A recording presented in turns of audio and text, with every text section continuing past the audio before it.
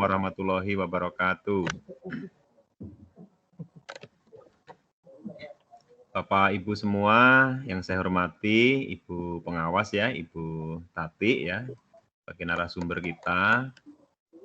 Alhamdulillah ya, kita panjatkan puji syukur kehadirat Allah Subhanahu wa taala atas segala limpahan nikmatnya, karunia dan hidayah ya pada siang hari ini di hari Rabu tanggal 16 Juni tepat jam 12.35 ya di laptop saya. Kita semua diberikan kesehatan ya, terutama kenikmatan sehat Bapak Ibu ya. Di tengah-tengah pandemi Covid ini Bapak Ibu masih bisa melaksanakan kegiatan ya, aktivitas penyusunan e-rapot ya dan aktivitas lainnya yang berkaitan dengan tupoksi kita sebagai pendidik ya. Selain itu Bapak Ibu juga masih diberikan kesempatan untuk melaksanakan pengembangan diri ya, yaitu di forum MGMP pelatihan best practices ya. Bapak Ibu, kalau suara saya sudah terdengar dengan jelas Bapak Ibu? Sudah. Ya, terima kasih. Ya, terdengar. Ya, yang saya hormati Bu Tati dan Bu Dwi ada ya?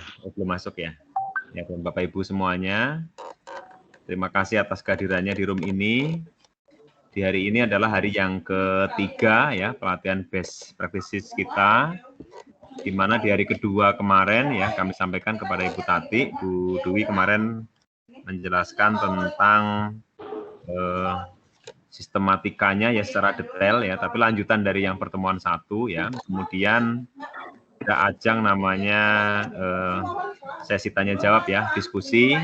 Jadi setiap peserta kemarin sudah menyampaikan rencana ya. Jadi maksudnya sudah best practices-nya yang setahun itu kan hanya satu maksimal, kemudian dipetakan ternyata sudah didapat itu namanya gitu ya, dan kemudian sudah diberi label ya atau judul atau apa, sehingga teman-teman sudah mulai merancang bab pendahuluan, juga sudah menginjak ke bab 2 juga ya gitu ya. Namun kemarin banyak kepada curhat ya kepada Bu Dwi ya, mohon maaf ya seperti itu. Nah Bapak Ibu, hari ini kita akan bersama dengan Ibu Tati Rahayuningsih ya, pengawas kita itu nanti kurang lebih sekitar 2 jaman ya. Setelah Bu Tati nanti memaparkan tentang template-nya ya, template dan contoh best practices-nya, Bapak Ibu nanti silahkan untuk tanya jawab ya, diskusi sama beliau. Oleh karena itu untuk efektifnya waktu dan tempat, saya serahkan kepada yang terhormat Ibu Tati Rahayuningsih ya. Silahkan Bu. Oke, terima kasih. Assalamualaikum warahmatullahi wabarakatuh. Waalaikumsalam warahmatullahi wabarakatuh. Yang saya hormati Ketua Forum MGMP Kabupaten Bogor, Bapak Dr. Sudarno, yang saya cintai, yang saya banggakan, teman-teman guru se-Kabupaten Bogor. Alhamdulillah pada hari ini Bapak Ibu masih terus eksis semangat dalam rangka pengembangan diri melalui pelatihan yang dilaksanakan atau yang dimotori oleh MGMP Forum Kabupaten Bogor. Semoga keikutsertaan Bapak Ibu pada kegiatan hari ini membuka wawasan, memompa semangat Bapak Ibu dalam rangka melaksanakan pengembangan diri yang merupakan salah satu kompetensi profesional yang harus dimiliki oleh seorang guru. Bapak Ibu yang saya hormati, mungkin Pak Darno sudah menge-share template yang saya berikan dan contoh best practice yang saya berikan. Mudah-mudahan oleh Bapak Ibu sudah dibaca, dipahami, didalami untuk kemudian ya bisa sebagai acuan Bapak.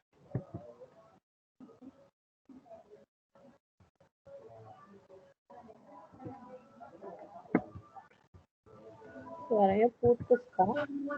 Iya maaf Bu Tati, suaranya hilang ya, sinyal atau termute?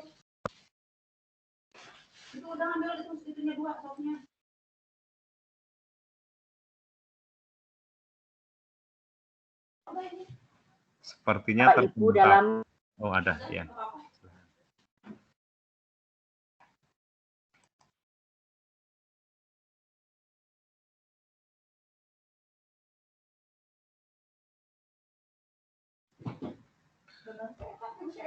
Bu Tati, suaranya menghilang ya. Di Bapak Ibu terdengar? Tidak, Pak. Tidak Suara terdengar. ini nggak ada, tidak terdengar, Pak.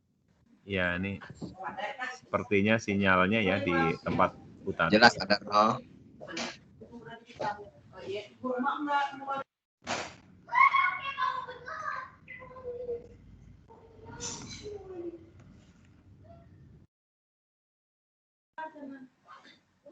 Ya Bapak Ibu sambil menunggu Bu Tati ya, masih kondisi suaranya tidak tidak stabil ya. Jangan-jangan hilang Pak itu sinyalnya. Ya. Hilang ya Bu? Iya. Ya, masuk lagi ya. Ibu Bapak kemarin kan sudah saya share ya materi yang dari Bu Tati. Itu sudah dikerjakan apa belum ya? Dan juga contoh BP-nya ya. Ya, selamat datang Bu Dwi. Bu Dwi ada di kita. Iya. Mungkin akan menggantikan Bu Tati dulu ya, kalau misalnya sempat atau apa. Ini sepertinya Ya, bisa. Ya, silakan Bu Dwi. Baik teman-teman, kalau kita sudah mendapatkan template-nya, sekarang sebaiknya teman-teman apa yang sudah diangan-angankan dalam hatinya atau yang saya pilih kemarin itu masukkan, dituliskan dalam template-nya itu. Boleh nanti template-nya ditayangkan yang sudah mengisi draft-nya, supaya bisa kita diskusikan bersama apa saja yang sudah teman-teman tuliskan untuk bisa dilengkapi atau kita menjadikan satu gambaran tulisan yang kita miliki. Apa dari keberhasilan yang sudah kita raih di tahun-tahun yang lalu, gitu ya. Teman-teman sudah sampai di mana yang dituliskan?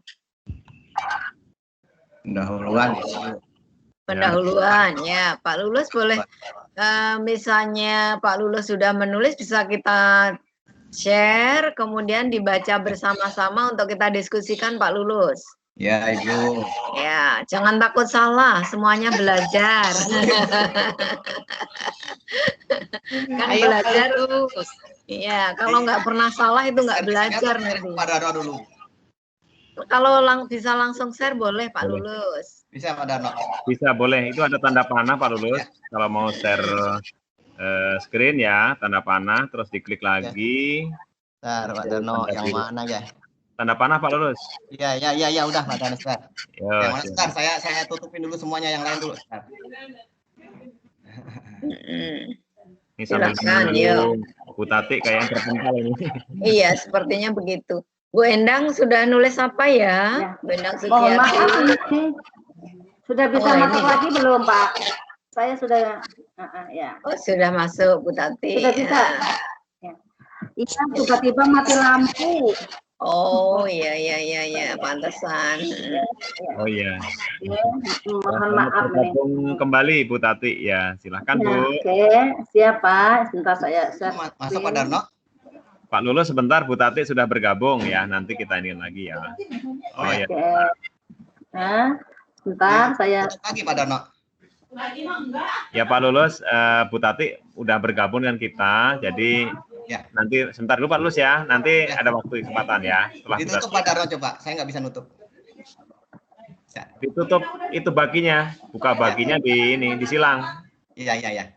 Yang tanda silang. Nah udah.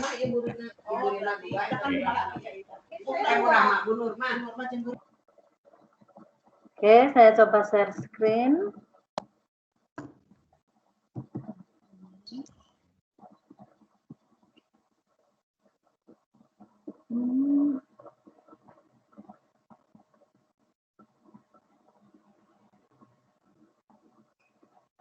Belum ya Pak? Kok belum? Masih muter-muter Pak Darno. Kalau dari saya gimana Bu? Ya boleh nggak apa-apa. Saya cancel ya. Oke. Ini saya pakai apa? Tethering HP.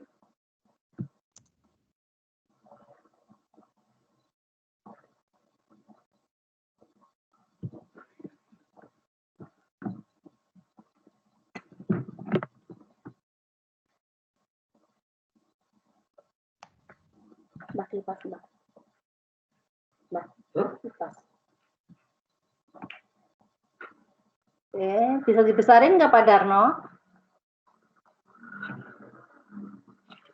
Oke ya, Bapak Ibu yang saya hormati, Ibu Dwi yang saya hormati pula, kita mencoba bersama-sama melanjutkan kemarin yang sudah disampaikan oleh Ibu Dwi, juga saya pribadi. Sekali lagi saya ingatkan kepada Bapak Ibu bahwa selingkung dari best practice itu biasanya berbeda-beda, namun pada bahan ajar kali ini saya mencoba menyamakan selingkung yang ada pada angka kredit untuk Bapak Ibu, agar Bapak Ibu nanti dalam penyusunan laporan best practice itu tidak keluar dari koridor.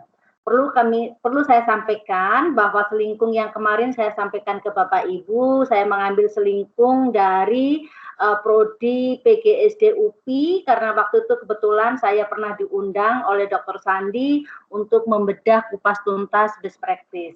Oke, Bapak Ibu ya, kemarin yang pertama pasti sudah dijelaskan oleh Ibu Dwi tentang pendahuluan pada best practice. Sehingga pada siang hari ini saya akan meneruskan pada bab 2 yaitu kajian pustaka. Atau ada yang mengatakan juga landasan teori atau kajian teori. Pada hakikatnya itu adalah sama. Nah, pada bab 2 ini tentang kajian pustaka, karena ini adalah merupakan salah satu karya ilmiah, maka harus didukung dengan satu atau beberapa teori yang relevan, agar apa yang kita tuliskan itu menjadi ilmiah karena ada dukungan teori yang sudah diyakini dan dianggap kebenarannya. Nah, pada penulisan kajian pustaka di sini, Bapak Ibu, ada 3 cara untuk menulis kajian pustaka. Yang pertama, agak ditarik ke atas Pak Darno, punten. Yang pertama yaitu dengan cara memparafrase. Nah, saya berharap kepada teman-teman dalam menulis kajian pustaka ini, yang pertama dengan cara parafrase, ya ini yang agak lebih bagus ya Bapak Ibu, daripada Bapak Ibu menuliskan kajian pustaka secara mengutip langsung. Kalau mengutip langsung, apa kata ahli, apa kata pakar, kita tulis apa adanya. Memang itu diperbolehkan, tetapi selaku akademisi ini harus dihindari oleh kita. Minimal Bapak Ibu menulis kajian pustaka ini mengutip pendapat orang dengan memparafrase.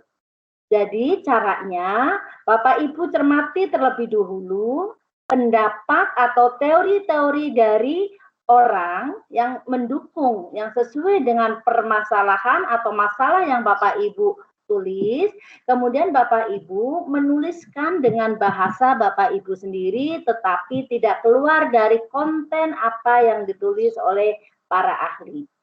Nah, kemudian setelah Bapak Ibu menuliskan beberapa teori-teori dari beberapa ahli, mungkin 3, 4, atau mungkin lebih, sebaiknya pada akhir teori tersebut Bapak Ibu menutupnya dengan mensintesis atau menyimpulkan dengan pendapat Ibu sendiri. Nah, teori yang Ibu tuliskan dalam bentuk sintesis itulah teori Bapak Ibu. Sehingga suatu ketika kalau ada orang yang ingin mengutip pendapat Ibu, misalnya mengutip pendapat Pak Darno, maka kita ambil dari sintesis tentang suatu teori yang disintesiskan oleh Pak Darno. Nah, ini karena teori yang ditemukan oleh Pak Darno dari beberapa teori-teori yang dibaca. Nah, yang agak sedikit sulit ini adalah menuliskan teori atau dasar teori dengan cara mengkontradiksikan. Karena pada teori ini kita akan membenturkan 2 pendapat dari ahli yang berbeda, tetapi kita harus bisa menarik kesimpulan. Minimal untuk para Bapak Ibu semua ya, karena saya yakin levelnya sudah S1, bahkan mungkin ada yang S2, diupayakan dalam menulis kajian teori kita dengan cara memparafrase, karena akan lebih elegan daripada kita mengutip teori orang lain secara langsung. Sebagai contoh, ini saya contohkan kemarin kasus yang dihadapi oleh Pak Lulus, yaitu tentang komunikasi efektif. Nah, oleh karena itu di sini nanti Pak Lulus harus menuliskan teori-teori atau pustaka yang pemaknaannya tentang makna komunikasi efektif. Pemaknaan tentang komunikasi efektif, Pak Lulus bisa mencari di kamus bahasa Indonesia atau mungkin mencari di jurnal-jurnal penelitian orang lain atau bisa melalui buku-buku semuanya yang relevan tentang komunikasi efektif. Kemudian yang kedua misalnya karena kemarin judulnya komunikasi efektif belajar tuntas misalnya. Ini saya ambilkan contoh dari kasus Pak Lulus yang kemarin. Nah, belajar tuntas, tuliskan teori-teori juga atau pustaka yang pemaknaannya tentang belajar tuntas. Bisa dari kamus online, bisa dari kamus yang bukan online juga, ataupun dari yang lain. Serta ada pemecahannya, seperti apa sih belajar tuntas yang harus dipecahkan, yang harus ditulis nanti di laporan best practice Pak Lulus. Pak Lulus bisa menjabarkan, bisa mengembangkan tentang analisis silabusnya, tentang analisis kompetensi dasar, ataupun dalam penggunaan metode atau media pembelajaran. Nah, setelah bab 2 selesai, kita beranjak dari bab 3, ini sudah saya sesuaikan dengan yang diminta oleh angka kredit dari kementerian, yaitu bab pembahasan masalah, atau ada yang menulis pemecahan masalah. Nah, Bapak Ibu, pada bagian ini memuat langkah atau cara memecahkan masalah. Ada yang mengatakan kita disinonimkan dengan strategi pemecahan masalah. Nah, pada subbab ini, langkah pemecahan masalah, nanti ya Bapak Ibu harus menuliskan bagaimana cara atau langkah atau alur pikir dalam pemecahan masalahnya. Kemudian subbab berikutnya tentang prosedur pemecahan masalah atau tindakan dalam melakukan pemecahan masalah. Menguraikan hasil yang dicapai dari hasil sebelum adanya pengalaman Bapak Ibu dengan setelah diadakan pengalaman dengan menggunakan komunikasi efektif, tentunya hasilnya ada. Nah, sehingga di sini pada menguraikan hasil nanti akan terlihat sebelum dan sesudahnya. Before and after-nya di sini akan terlihat dengan jelas. Kemudian boleh Bapak Ibu ditambahkan sebagai pelengkap untuk memperkuat hasil pengalaman Ibu, karena salah satu dari kegunaan best practice harus memiliki dampak. Sehingga Bapak Ibu bisa tuliskan dampak apa yang terasa, yang dirasakan oleh siswa dengan menggunakan komunikasi efektif untuk membangun motivasi belajar siswa. Faktor-faktor pendukung apa yang mempengaruhinya? Kendala apa yang dihadapi pada saat Pak Lulus menggunakan komunikasi efektif? Tuliskan pada bab 2 ini. Yang terakhir nanti Bapak Ibu, tuliskan alternatif pengembangan. Dari alternatif pengembangan inilah yang merupakan karya yang luar biasa Bapak Ibu. Next, tarik ke atas Pak Darno. Halo Pak Darno. Ya. Nah, tadi sudah saya katakan bahwa pada subbab langkah atau cara pemecahan masalah ini, Bapak Ibu menguraikan langkah-langkah strategis yang masih umum dan belum memuat. Ya. Balik lagi Pak Darno ke atas, agak ini, ya, agak ke atas, terus yang memuat peran masing-masing yang terlibat. Ya, yang terlibat dan lebih baik kalau dibuat dalam bagan diagram alur dengan menjelaskan maksud tiap-tiap langkahnya. Nah, inilah kerangka atau alur berpikir Bapak Ibu pada saat Bapak Ibu menggunakan komunikasi efektif. Misalnya alur berpikirnya yang pertama itu harus seperti apa, kemudian dilanjutkan seperti apa dan seterusnya sampai nanti lahirlah sebuah formula atau solusi untuk pembelajaran yang dihadapi oleh Bapak Ibu. Berikutnya pada subbab prosedur pemecahan masalah atau tindakan dalam melakukan pemecahan masalah. Di sini Bapak Ibu uraikan langkah-langkah strategis atau teknik yang lebih spesifik, memuat peran yang masing-masing yang terlibat. Ya, di sini seperti yang bisa jadi yang terlibat di sini adalah kepala sekolah, pengawas, guru atau rekan sejawat. Nah, tapi mohon maaf Bapak Ibu, di sini jangan diartikan observer ya, karena dalam best practice itu tidak ada observer. Nah, prosedur pemecahan masalah kalau untuk guru ini nanti Bapak Ibu ceritakan bagaimana Bapak Ibu langkah-langkah membangun komunikasi efektif yang mendukung proses pembelajaran. Tentunya karena Bapak Ibu seorang guru, RPP yang dikembangkan, maka di kegiatan inti di RPP Bapak Ibu harus memuat tindakan ini tentang komunikasi yang efektif. Kemudian pada subhasil atau subbab hasil di sini, Bapak Ibu rinci indikator keberhasilan. Nah, ini yang kemarin dikatakan oleh Ibu Dwi, indikator keberhasilan. Ya, indikator keberhasilan dan deskripsikan dalam bentuk tabel atau diagram. Sehingga pada subbab hasil ini akan terlihat kondisi awal sebelum pengalaman terbaik Bapak Ibu dilakukan. Seperti kemarin Pak Lulus mengatakan sebelum menggunakan komunikasi efektif, anak yang belajar mengikuti daring semakin hari semakin hilang atau semakin berkurang. Nah, atas dasar tersebut Pak Lulus mengatakan mencoba membangun komunikasi dengan orang tua siswa dengan guru kunjung ke rumah, membuat WA group. Ternyata hasilnya luar biasa karena anak yang hilang, anak yang tidak ikut lagi, perlahan-lahan akhirnya kelas menjadi penuh. Nah, ini ditulis di sini hasilnya. Afternya di sini, setelah ada kunjungan komunikasi efektif dan sebelum adanya komunikasi efektif. Nah, sehingga Bapak Ibu tuliskan pada subbab hasil. Nah, yang perlu saya tegaskan di sini Bapak Ibu dalam menguraikan hasil dari pengalaman terbaik Bapak Ibu tidak menggunakan siklus seperti PTK. Jadi tidak ada istilah siklus 1, siklus 2, tidak. Tapi sebelum Bapak Ibu ceritakan, sebelum Bapak Ibu melakukan komunikasi efektif dan ceritakan hasilnya setelah membangun komunikasi efektif. Bisa dengan menggunakan tabel dan ataupun grafik. Oke, kita lanjut Pak. Ya, kita lanjut Pak Darno, mohon maaf tarik ke atas. Halo Pak Darno. Terus Pak Darno tarik ya. Pada subbab pendukung ya, ini tentang instrumen yang digunakan. Nah, Bapak Ibu, instrumen yang di sini adalah bukan instrumen seperti dalam PTK Bapak Ibu yang digunakan dalam melaksanakan best practice. Ya, tetapi instrumen di sini adalah hanya instrumen yang digunakan dalam pemecahan masalah Bapak Ibu.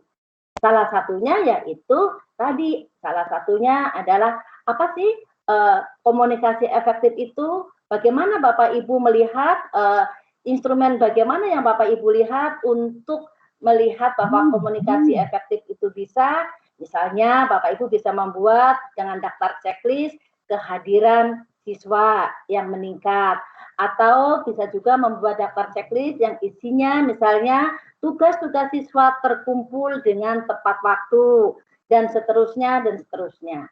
Jadi sekali lagi Bapak Ibu, instrumen yang digunakan di sini bukan instrumen dalam penelitian tindakan kelas.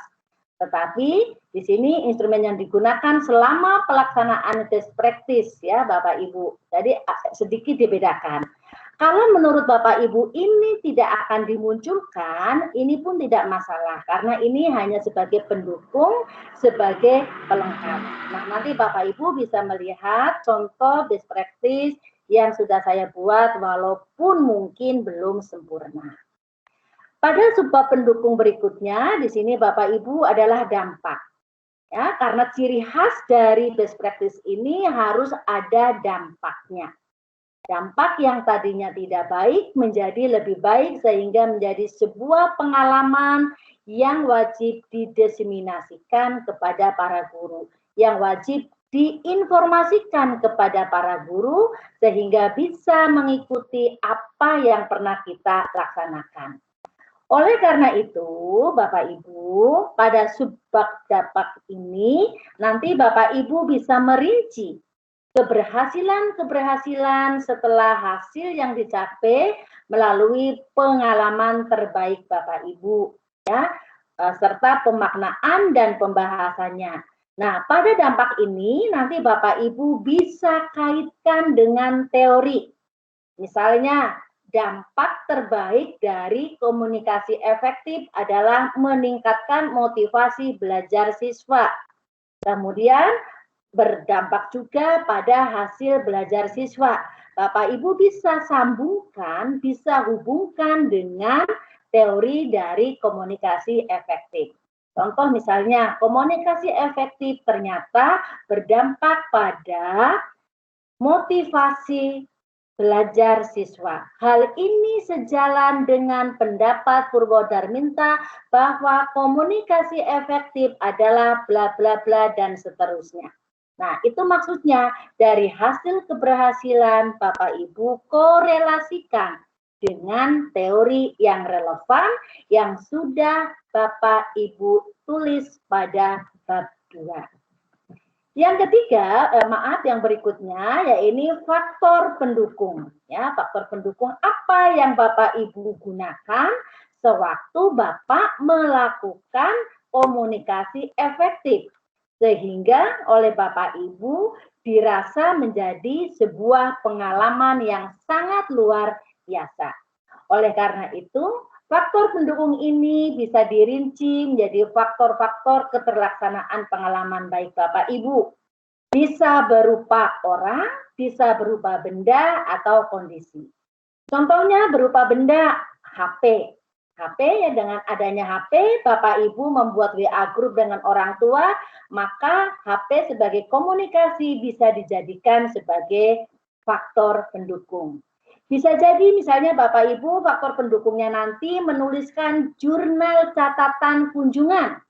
Pada saat Pak Lulus datang ke orang tua siswa membawa catatan, di situ Pak Lulus menanyakan kepada orang tua, apa permasalahan yang dihadapi oleh anak Bapak Ibu, juga yang dihadapi orang tua.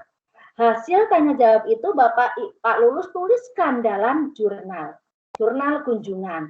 Maka jurnal kunjungan ini pun bisa dijadikan sebagai faktor pendukung sehingga dianggap mampu mendongkrak keberhasilan dari proses pembelajaran. Pada subbab bagian yang lain di sini adalah kendala. Tentunya pada saat Bapak Ibu menerapkan satu metode yang baru yang Bapak Ibu gunakan akan menemukan kendala-kendala atau hambatan-hambatan pada saat Bapak Ibu melakukan keterlaksanaan pengalaman terbaiknya. Oleh karena itu, kendala-kendala di sini ya Bapak Ibu alangkah baiknya dituliskan dalam laporan best practice Bapak Ibu. Contoh misalnya kendala yang dihadapi oleh Pak Lulus pada saat kunjung ke orang tua karena orang tuanya keterbatasan latar belakang pendidikan sehingga komunikasi atau informasi yang disampaikan tidak bisa dipahami dengan baik. Atau juga misalnya kendala di sini pada saat melakukan komunikasi efektif karena tidak semua orang tua bisa mengoperasionalkan HP ya atau HP yang baru lah yang tidak bisa mengoperasionalkan ini ya. Nah, inilah faktor kendala-kendala yang dihadapi. Nah, oleh karena itu nanti yang terakhir Bapak Ibu ini adalah yang merupakan karya Bapak Ibu yang luar biasa yaitu alternatif pengembangan. Karena diharapkan pengalaman yang Bapak Ibu tuliskan dalam laporan best practice Bapak Ibu nanti bisa dikembangkan oleh teman-teman yang lain dalam bentuk model yang berbeda. Oleh karena itu pada subbab ini maka Bapak Ibu nanti harus merinci hal-hal yang akan dilakukan dalam atau yang dilibatkan untuk mengatasi kendala-kendala tersebut. Sehingga ada pengembangan yang Bapak Ibu kontribusikan dalam mengatasi kebuntuan pembelajaran. Nah, itu di bab 2 Bapak Ibu, di bab 3 Bapak Ibu. Kemudian pada bab 4 adalah simpulan dan rekomendasi. Ada juga Bapak Ibu yang di sini di bab 4 menulisnya simpulan dan saran. Atau juga ada simpulan, saran, dan rekomendasi. Bedanya saran dengan rekomendasi, kalau saran itu tidak harus ditindaklanjuti, tetapi bisa menjadi catatan-catatan kita untuk memperbaiki hasil karya berikutnya. Tapi kalau rekomendasi biasanya kita harus menindaklanjuti karena itu adalah hal yang baik. Nah, jadi sekali lagi pada bab 4 ini Bapak Ibu boleh menuliskan simpulan dan saran, atau simpulan dan rekomendasi, ataupun mau lengkap simpulan, saran, dan rekomendasi. Nah, pada simpulan ini Bapak Ibu, hendaknya Bapak Ibu menuliskan jangan keluar dari permasalahan yang sudah kita tulis. Oleh karena itu, simpulan pada bagian simpulan ini sejatinya sebaiknya Bapak Ibu harus mengacu pada apa yang sudah dihasilkan, yang sudah tertulis pada bab 3. Ya, ini untuk kesimpulan. Dalam penulisan kesimpulan, Bapak Ibu bisa melalui deskripsi juga diperbolehkan, atau dengan cara penomoran 1, 2, dan seterusnya itu juga diperbolehkan.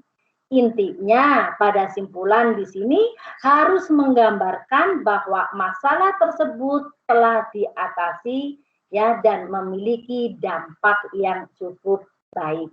Nah, itu saja mungkin teman-teman karena sudah di-share oleh Pak Darno dan saya yakin teman-teman semua, Bapak Ibu semua sudah memahami ya. Nanti silahkan kita saling berdialog, saling berdiskusi untuk bahan ajar bab 2 dan bab 3 ini. Silakan, terima kasih dari saya, sekian dulu. Kalau ada yang ingin didiskusikan, monggo.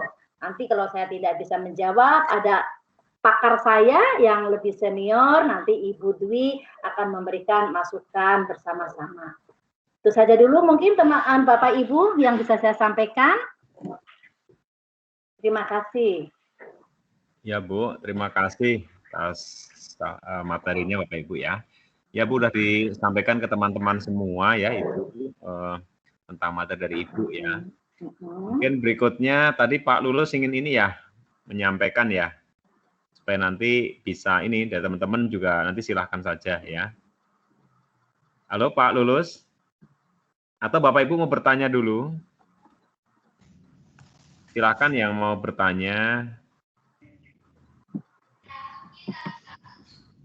Ntar saya ini dulu ya, share screen, stop dulu. Nah, udah. Ini salah satu apa namanya dari teman kita ya, Pak Lulus akan menampilkan ya. Silakan Pak Lulus, nanti kita jadikan contoh dulu ya. Pak Lulus dari SMP mana Pak Lulus? SMP 2 Taman Sari, Ibu. Oh, SMP 2 Taman Sari. Ya, tampilkan Pak Lulus. Udah, Pak Tano, udah? Dah, yuk. Agak gedein dikit ya. Gedein dikit Pak Lulus. Ya, udah Bu. Ya, ya silakan Pak Lulus disampaikan poin-poinnya ya. Udah? Udah, sip. Ya, Pak Dano. Siap, Pak Dano? Udah. Ya. Oh. Bismillahirrahmanirrahim. Assalamualaikum warahmatullahi wabarakatuh, Bapak Ibu semuanya. Yang terhormat Ibu pengawas dan yang kami banggakan Bapak Darno. Perkenankan saya sedikit ini apa ya? Ya, presentasikan salah atau benar ini pengalaman pertama best practice saya. Yang jelas selama ini saya pengen bisa membuat best practice tapi belum terlaksana. Jadi sekalian. Yang jelas saya mencari contohnya gimana ya, kurang ini. Jadi mending praktek aja langsung. Itunya ditarik, Pelatihan ini. diturunin. Langsung judulnya adalah optimalisasi peran orang tua dalam pembelajaran online. Jadi punten Bu Tati agak Iya. bergeser. Oh, Tapi nggak apa-apa. Kemarin nanti saya hanya bisa mengapresiasi direvisi. Pak Lulus kok. Ya. Kemudian latar belakangnya nanti mohon direvisi. Ini dari pendidikan, perlunya pendidikan dulu yang penting pendidikan. Pendidikan sangat penting bagi semua manusia yang bertujuan untuk manusia berkepribadian baik, cerdas, kreatif, dan mengembangkan potensi diri. Kemudian pendidikan ini sangat berperan sebagai transfer peradaban dari satu generasi ke generasi berikutnya, sehingga pendidikan akan terus berjalan dalam situasi apapun, termasuk pendidikan harus tetap berjalan dalam kondisi darurat, misalnya perang, bencana alam, penyakit nular, dan lain sebagainya. Demikian juga di dunia saat ini sedang berlangsung pandemi. WHO pun mengatakan bahwa COVID-19 adalah menjadi pandemi global karena penularan COVID-19 sangat mudah lewat udara, droplet, dan lain sebagainya. Maka intinya dunia menganjurkan tidak ada pembatasan kontak fisik antar manusia. Itu yang akhirnya di Indonesia pun ketika bulan Maret tahun 2020 korban COVID mulai banyak, pemerintah mengeluarkan kebijakan resmi dengan aturan mengadakan pembatasan karantina wilayah dan pembatasan sosial berskala besar yang sering disebut PSBB. Gitu. Kebijakan PSBB ini tertuang dalam Peraturan Menteri nomor 19 tahun 2020. Nah, Tadi nggak ada Pak Ilham ya? Seiring dengan berjalannya waktu, ternyata korban COVID-19 itu berbeda-beda, makanya kebijakan pemerintah akhirnya diperjelas dengan PPKM, yaitu penerapan pembatasan kegiatan masyarakat, di mana Pemda, provinsi, kabupaten, dan kota yang berhak menentukan kebijakan ini sesuai dengan kondisi wilayah. Kemudian pemerintah menghimbau untuk tidak berkerumun dalam semua aktivitas, baik aktivitas kerja, olahraga, budaya, kegiatan sosial lainnya, termasuk aktivitas kerumunan dalam bidang formal di sekolah untuk sementara dihentikan. Namun pembelajaran bagi siswa tidak bisa dihentikan karena pembelajaran adalah inti dari pendidikan yang akan terus membangun generasi bangsa. Karena pesatnya kemajuan teknologi informasi, pembelajaran peserta didik masih dapat dilanjutkan dengan pembelajaran dalam jaringan internet atau yang disingkat daring atau sering disebut pembelajaran online. Karena pembelajaran online ini adalah berasal dari rumah, maka sering disebut istilah BDR, belajar dari rumah. Untuk memudahkan pembelajaran online, pemerintah memberikan fasilitas berupa kuota, juga kelonggaran dalam pemanfaatan BOS untuk memenuhi fasilitas demi kelancaran pembelajaran daring atau online di sekolah. Pemerintah juga membuat aplikasi, portal, bahkan akun khusus untuk mendukung kelancaran pembelajaran daring. Dalam pembelajaran online selama pandemi, komunikasi dan interaksi guru dan siswa atau peserta didik lazim menggunakan aplikasi, misalnya lewat Zoom, kalau saya, kemudian WA, Google Form, dan aplikasi-aplikasi lainnya. Ketika 2 minggu awal pembelajaran daring, para siswa cukup antusias mengikuti Zoom meeting, aktif komunikasi lewat chat di WA group, masing-masing pelajaran per kelas, dan absensi kehadiran lewat Google Classroom hampir hadir semua. Namun antusiasme siswa pada pertemuan berikutnya semakin menurun, tinggal absensi saja yang masih cukup banyak. Memang ada kendala, beberapa siswa tidak mempunyai kuota dan handphone. Namun dapat diketahui ternyata dalam belajar daring peserta didik mudah turun semangatnya. Hal ini mungkin karena motivasi pengawasan dari guru sangat terbatas dalam pembelajaran daring. Sementara di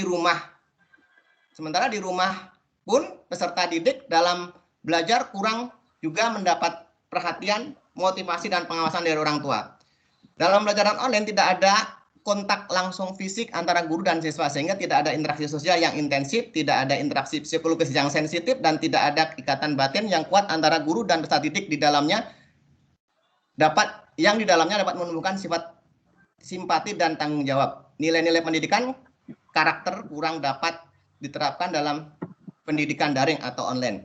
Pendidikan daring atau online yang tidak langsung bertemu fisik dengan guru mengakibatkan tanggung jawab peserta didik menurun, sehingga kurang fokus dengan materi, kurang interaktif dengan guru dalam pembelajaran, dan cenderung mengabaikan tugas-tugas yang diberikan guru. Dalam pelaksanaan pembelajaran daring secara umum ternyata muncul berbagai masalah, di antaranya jaringan sinyal yang lemah, tidak meratanya kepemilikan gadget atau HP dan kuota oleh orang tua dan siswa, lemahnya orang tua dalam mengawasi belajar putranya di rumah, siswa semakin malas dan mengerjakan tugas yang disampaikan secara online, sebagian guru gagap teknologi sehingga kurang cekatan dalam memakai beberapa aplikasi pembelajaran daring, degradasi semangat guru dalam pembelajaran daring, kurangnya perhatian dan pengawasan kepala sekolah terhadap kinerja guru selama pembelajaran daring, maupun masih kurangnya peran orang tua dalam mendampingi dan memotivasi pembelajaran online atau daring putra-putrinya. Ternyata berbagai cara sudah diusahakan oleh guru untuk mengatasi permasalahan tersebut. Contoh, sekolah membuka guru dan sekolah tentunya. Contohnya, sekolah membuka kesempatan untuk belajar dengan sistem luar jaringan untuk mengakomodasi peserta didik dan yang tidak mempunyai kuota dan handphone. Dengan sistem ini, peserta didik mengambil dan menyerahkan tugas datang ke sekolah 1 minggu sekali. Kepala sekolah pun terus memotivasi dan membekali para guru untuk cepat beradaptasi dan terus semangat dalam pembelajaran daring. Beberapa wali kelas juga lebih intensif menjalin komunikasi dengan orang tua untuk kerjasama dalam memotivasi dan mengawasi BDR daring anak-anaknya. Bimbingan, perhatian, dan pengawasan guru dalam pembelajaran daring dengan peserta didik sangat terbatas di masa pandemi. Pelaksanaan pembelajaran daring peserta didik yang sebagian besar dari rumah masing-masing peserta didik tentunya sangat membutuhkan peran orang tua, peran orang dewasa, tentunya orang tua. Dalam hal ini untuk membimbing, memperhatikan, dan mengawasi pembelajaran peserta didik tersebut. Maka guru dan wali kelas harus intensif menjalin komunikasi dan kerjasama dengan orang tua peserta didik dalam pembelajaran daring. Karena pembelajaran peserta didik dari rumah yang tentunya orang tua lebih banyak kesempatan untuk memperhatikan, membimbing, dan mengawasi anaknya dalam belajar. Dalam kenyataannya masih banyak kelemahan bimbingan, perhatian, dan pengawasan orang tua terhadap pembelajaran daring anaknya di rumah. Hal ini disebabkan oleh beberapa faktor. 1. Kesibukan orang tua dalam kerja. 2. Minimnya pendidikan orang tua. 3. Orang tua gagap teknologi, terutama penggunaan HP untuk pembelajaran, dan kemalasan orang tua untuk mengawasi BDR anaknya. Disinilah peran guru atau wali kelas untuk lebih intensif menjalin komunikasi dan kerjasama dengan orang tua dalam memotivasi dan mengawasi pembelajaran online peserta didik. Jalinan komunikasi dan kerjasama dapat memanfaatkan aplikasi WA Group orang tua ataupun kunjungan langsung ke rumah peserta didik yang bermasalah dalam pembelajaran online. Dari latar belakang masalah, akhirnya saya membuat rumusan masalah, yaitu bagaimana jalinan komunikasi dan kerjasama intensif antara guru dan orang tua peserta didik untuk memotivasi dan mengawasi pembelajaran daring peserta didik. Tujuannya mendeskripsikan usaha guru untuk mengatasi kemalasan peserta didik dalam pembelajaran daring. 2. Mendeskripsikan langkah-langkah kerjasama antara guru dan orang tua peserta didik dalam memotivasi dan mengawasi pembelajaran daring. Manfaatnya adalah artikel ini sebagai gambaran bagaimana guru bagaimana guru untuk meningkatkan partisipasi siswa dalam pembelajaran daring. Gambaran usaha guru mungkin.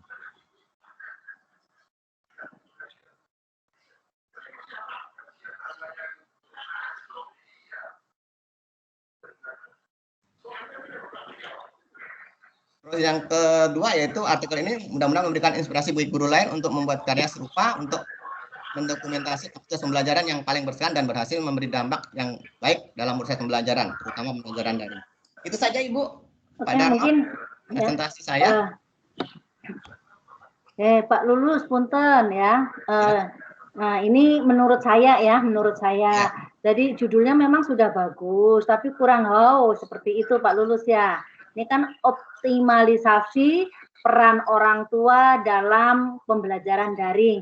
Sudah bagus, tapi gimana ya, kurang menggigit nih. Kalau Pak Lulus sepakat, bagaimana nih kalau misalnya judulnya kita ganti COVID-19 versus pembelajaran daring.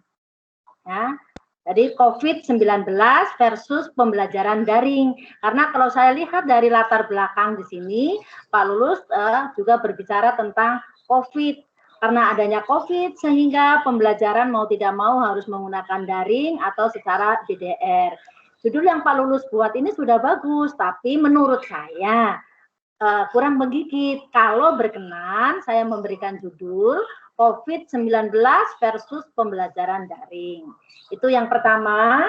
Kemudian yang kedua, Pak Lulus, dan untuk siapa dan untuk semuanya, tolong diperhatikan pada awal paragraf, kalimat pada awal paragraf itu hindari menggunakan kata sambung atau kata depan. Contoh di sini Pak Lulus tadi ada ketika, pada, namun, dan seterusnya, dan seterusnya.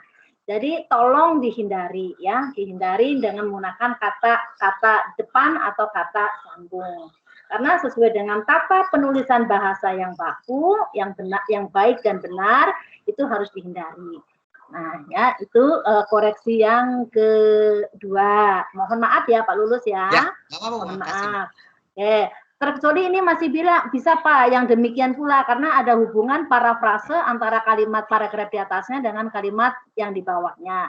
Itu masih bisa nih yang demikian pula itu ya. Tapi akan lebih baiknya langsung Pak Lulus mulai ya awal tahun 2020 dan seterusnya itu akan lebih cantik kalimatnya. Ya, nah nggak usah pakai sejak gitu, langsung saja awal tahun A-nya huruf besar. Awal tahun 2020 dan seterusnya ini akan lebih cantik ya. Itu. Kemudian koreksi yang ketiga, mungkin saya ingin diskusi juga sama kakak saya Ibu Dwi, yaitu tentang rumusan masalah.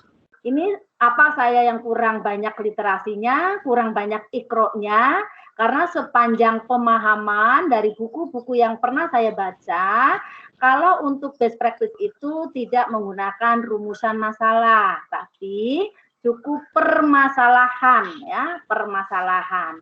Sehingga kalimat yang dikemas ini bukan dalam bentuk kata tanya, tapi dalam bentuk kalimat pernyataan. Nah, ini mungkin saya juga perlu diskusi ya untuk menyamakan persepsi dari apa yang pernah saya ikro atau yang pernah saya baca dengan pengalaman di lapangan yang sudah dilakukan secara malang melintang. Ini perlu ada satu simpul ya, ada satu simpul agar kita menjadi satu suara atau satu visi khususnya untuk di Kabupaten Bogor.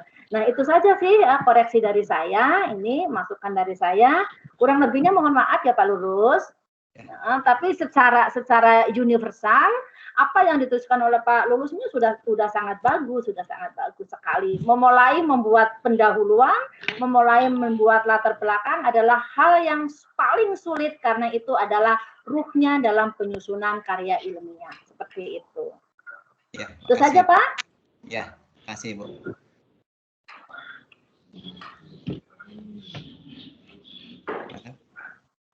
Halo?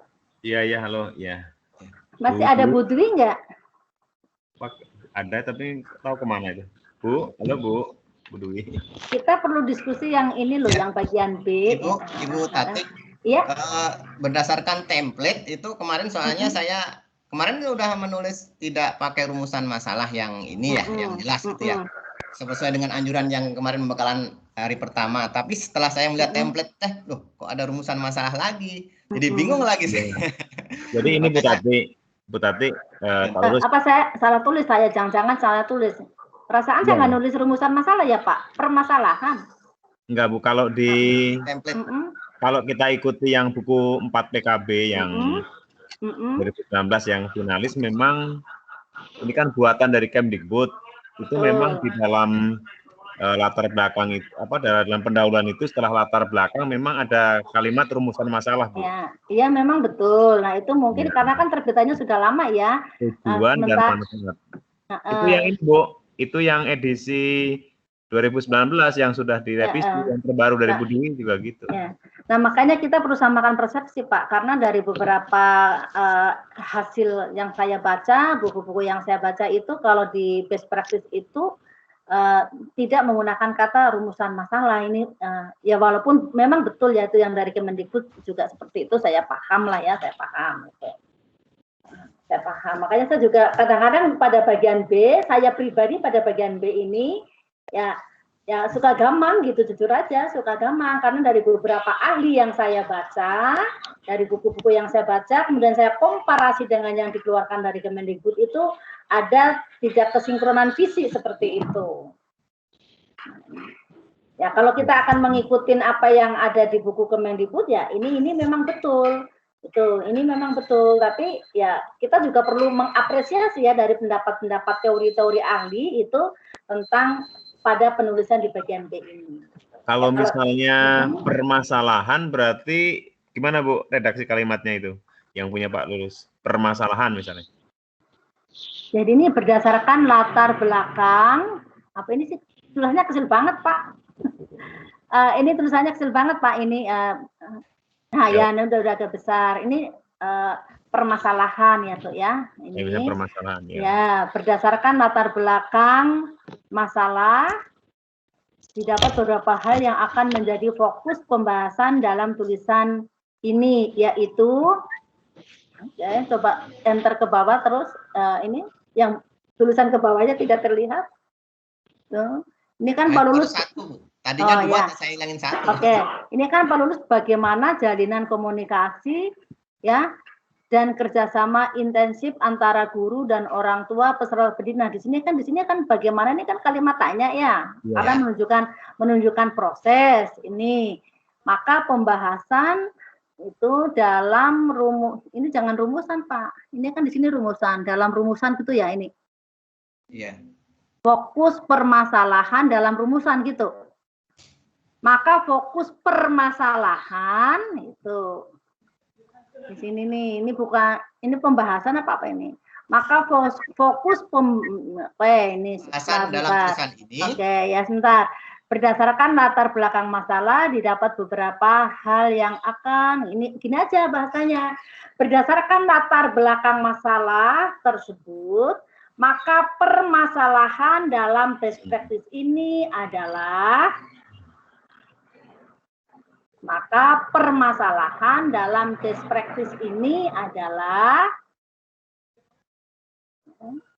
nah misalnya satu,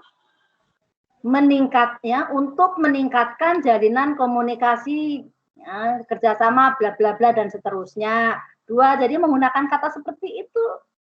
Tapi kalau mau seperti ini ya nggak apa-apa ini. Tapi kalau saya pribadi nih Pak Darno, Pak Lulus, setelah saya kaji, saya analisis dari beberapa para ahli, ya memang ada betulnya. Karena kalau di sini rumusan masalah nanti lahirnya ke analisis dan mendeskripsikan dari hasil, ya dari hasil sebuah proses. Padahal di sini kan hanya menuliskan seperti itu, ya. Nah, tapi ya monggo lah karena di Kemendikbud seperti itu. Tapi kalau saya pribadi, saya selalu di best practice yang saya buat, saya selalu menghindari yang B itu dengan kata rumusan masalah. Saya hindari itu, ya karena setelah saya membaca dari beberapa sumber, termasuk kemarin saya diundang oleh Prodi UPI, ya ini juga di sini menjadi topik pembicaraan yang sangat ramai di sini.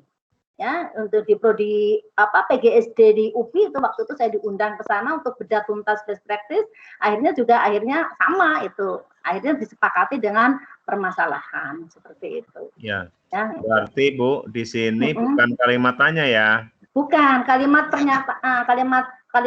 pernyataan. Ya, berarti tadi kalau COVID-19 versus pembelajaran daring berarti bukan Bu. Jadi misalnya satu bisa pakai deskripsi juga bisa, ya? Pakai nomor-nomor juga bisa. Tapi, satu. Kan Ibu, di sini kan ada kata-kata permasalahan ya di sini teh. Maka permasalahan itu di sini.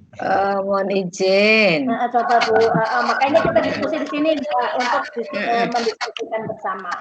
Nah,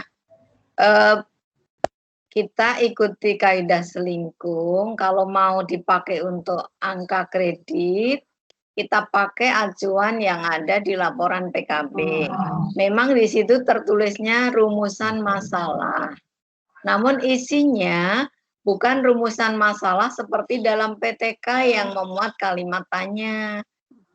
Rumusan masalah dalam B ini isinya adalah menceritakan permasalahan-permasalahan apa yang dihadapi. Ini tulisannya sudah benar, berdasarkan latar belakang permasalahan yang dihadapi. Best practice ini adalah gitu ya, jalinan komunikasi kerjasama intensif antara guru dan orang tua peserta didik untuk memotivasi dan mengawasi pembelajaran online. Nah ini kan, ini peserta didik, di depan ada peserta didik lagi gitu ya. Nah, iya. Nah jadi tuh subbabnya rumusan masalah, tetapi isinya bukan tentang kalimat tanya ya. Tetap dimuat di situ menceritakan inti dari permasalahan yang sudah kita pecahkan itu apa, gitu ya Pak Lulus, Ya. Dek Tati, Pak Dharma. Jadi Ya, hanya di situ hanya subjudulnya aja kan, di situ subbabnya aja rumusan masalah, tetapi isinya ya isinya yang dihapus. Bagaimananya dihapus itu? Dihapus, Pak Lulus Ya, dihapus. nggak ada bagaimana. Bagaimananya dihapus Pak Lulus? Bukan kalimat tanya di sini, tapi menceritakan permasalahan yang selama ini bisa diatasi atau sudah berhasil kita selesaikan begitu. Deskripsi gini Bu ya. Jangan pakai Langsung jalinan tadi udah betul. langsung jalinan Pak. Iya. Langsung jalinan. Langsung Iya. nyambung ke atas, ya ke atas. Betul. Jadi cerita masalahnya apa, dengan pemecahannya dengan menggunakan apa sehingga kita merasa berhasil gitu. Ya, monggo lanjut. Ya Bapak Ibu, jadi jelas ya. Jadi kita rumusan masalah, cuma tidak ada kalimat tanya apa atau bagaimana. Iya. Ya Bapak Ibu Ya, ya. jadi tidak menanyakan tentang masalahnya, tapi menceritakan permasalahan yang sudah diselesaikan berhasil oleh kita pada waktu-waktu yang lalu gitu. Supaya nanti kalau orang lihat tim penilainya sudah melihat, oh ini sistematikanya sudah betul, nah gitu kan. Sesuai dengan panduan penilaian angka kredit best practice guru gitu. Ya. Oke, kalau gini kan jadinya kita enak ya Mbak ya. Gitu. Ya. Ya. Betul. Dan mencari solusi supaya manfaatnya tepat sesuai apa yang diminta dan nanti kita tidak bingung semuanya gitu. Oke, terima kasih. Intinya saya garis bawahi untuk semua teman-teman pada kalimat rumusan masalah ini bukan dalam bentuk kalimat tanya, ya, tapi kalimat pernyataan. Ya, pada best practice ya. Ya. Bukan kalau pada penelitian kan memang rumusan masalah itu kalimat tanya. Betul. Kalau rumusan masalah dalam best practice ini pernyataan apa yang permasalahan-permasalahan yang sudah kita selesaikan dan merasa berhasil. Wow, gitu ya. Kalau untuk judulnya tadi, Bu Dwi, untuk judulnya yang Pak Lulus itu kan menurut saya masih standar ya. Saya ganti menjadi COVID versus pembelajaran online gitu loh. Kan Pak Lulus judulnya optimalisasi peran orang tua dalam pembelajaran online. Ini sudah bagus tapi kayaknya kurang menggigit gitu loh. Nah, karena kan salah satu ciri judul dalam best practice itu kan harus membuat orang penasaran. Ya, harus wow menggigit. Makanya saya kasih saran, saya kasih judul COVID-19 versus pembelajaran daring gitu. Iya, Mohon maaf Ibu Tati, ini teh maksudnya gini, saya agak menekankan pada orang tuanya, peran orang tua gitu. Nanti diceritakan di pembahasannya tuh Pak. Diceritakan di pembahasannya nanti. Hanya untuk menarik aja ya. Iya, nanti ceritakan. Gitu. Di pembahasan praktika nanti ceritakan. Judulnya memang singkat begini Bu Tati. Enggak di SMP 2 Taman Sari gitu enggak? Enggak usah. Enggak usah. Enggak usah kalau best practice. Bahkan hanya dalam bentuk jargon saja boleh kalau best practice. Dalam bentuk jargon. Ya, jadi judulnya itu yang menarik perhatian orang untuk membaca, untuk memahami apa isi daripada best practice itu, ya. Tidak resmi seperti PTK ya judulnya ya teman-teman. Ya, beda jauh. Iya memang. Ya. Makanya ini enaknya best practice begini, kita nggak resmi tapi menceritakan apa yang sudah kita lakukan dan berhasil gitu. Ya, monggo lanjut. Ya coba Mbak Dewi, yang Pak lulus itu yang tujuannya kita cermati bersama Mbak. Pak Darno, yang bagian tujuan. Kan antara masalah dengan tujuan harus sinkron. Ini menggunakan mendeskripsikan menurut Mbak gimana? Oh tidak. Tidak boleh ya. Tidak. Hindari kata mendeskripsikan, menganalisis, itu nggak boleh Pak lulus. Ya. Terus yang tepat apa ya Bu ya?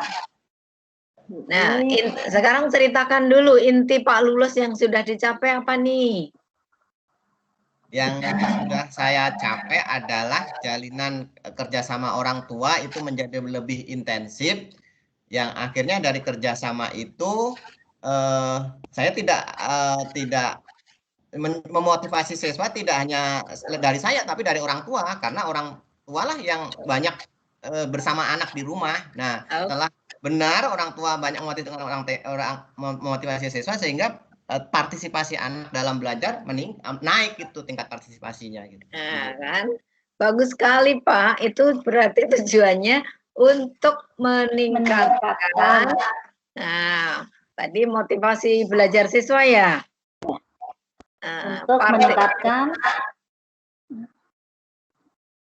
Untuk meningkatkan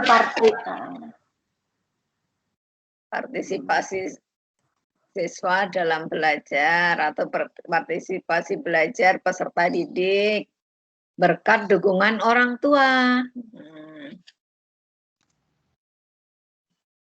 Karena dukungan orang tua ya? Karena dukungan orang tua ya Bu? Ya, karena dukungan orang tua, berkat dukungan orang tua boleh.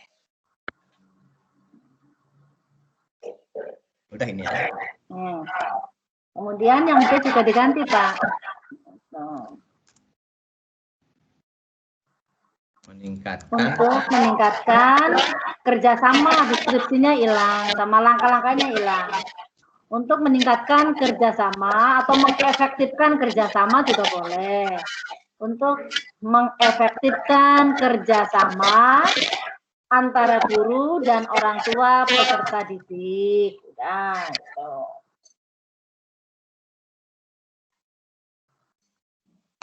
Untuk meningkatkan kerjasama. Nah, cukup.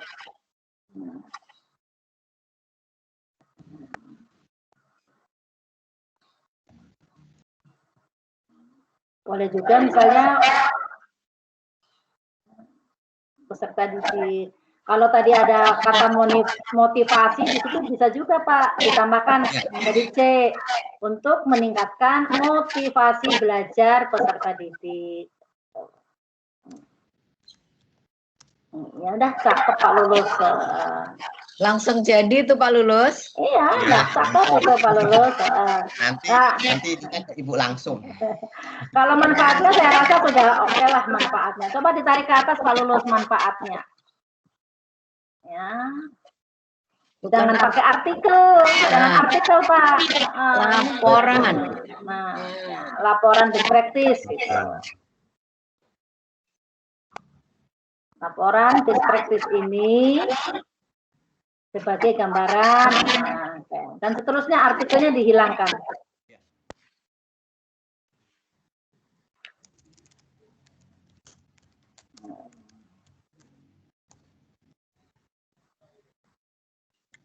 Iya, udah selesai bab 1 Pak lulus, tinggal lanjut ke bab 2. Ya, bab 1 berapa halaman Pak?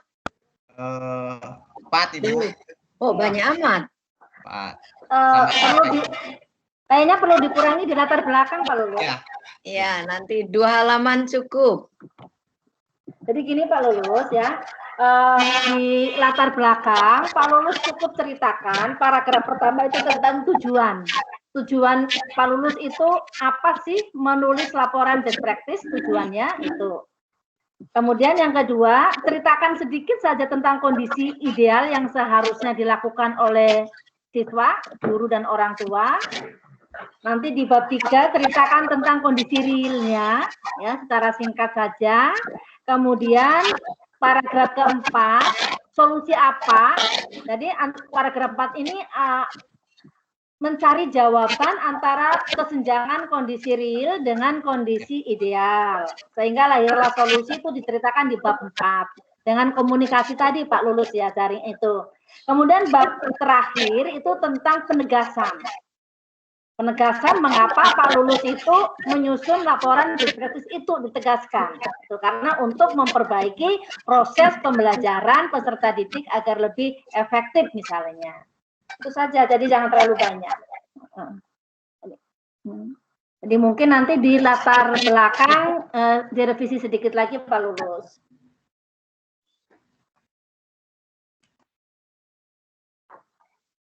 Halo? Kayaknya Pak Lulus nggak ini ya? Nggak gerak-gerak terjadi kendala apa?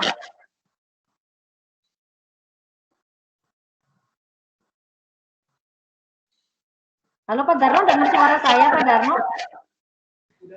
Ya Bu, siap. Oh, iya, oke. Kayaknya Pak Lulus ini nggak gerak-gerak apa terpental suaranya ini?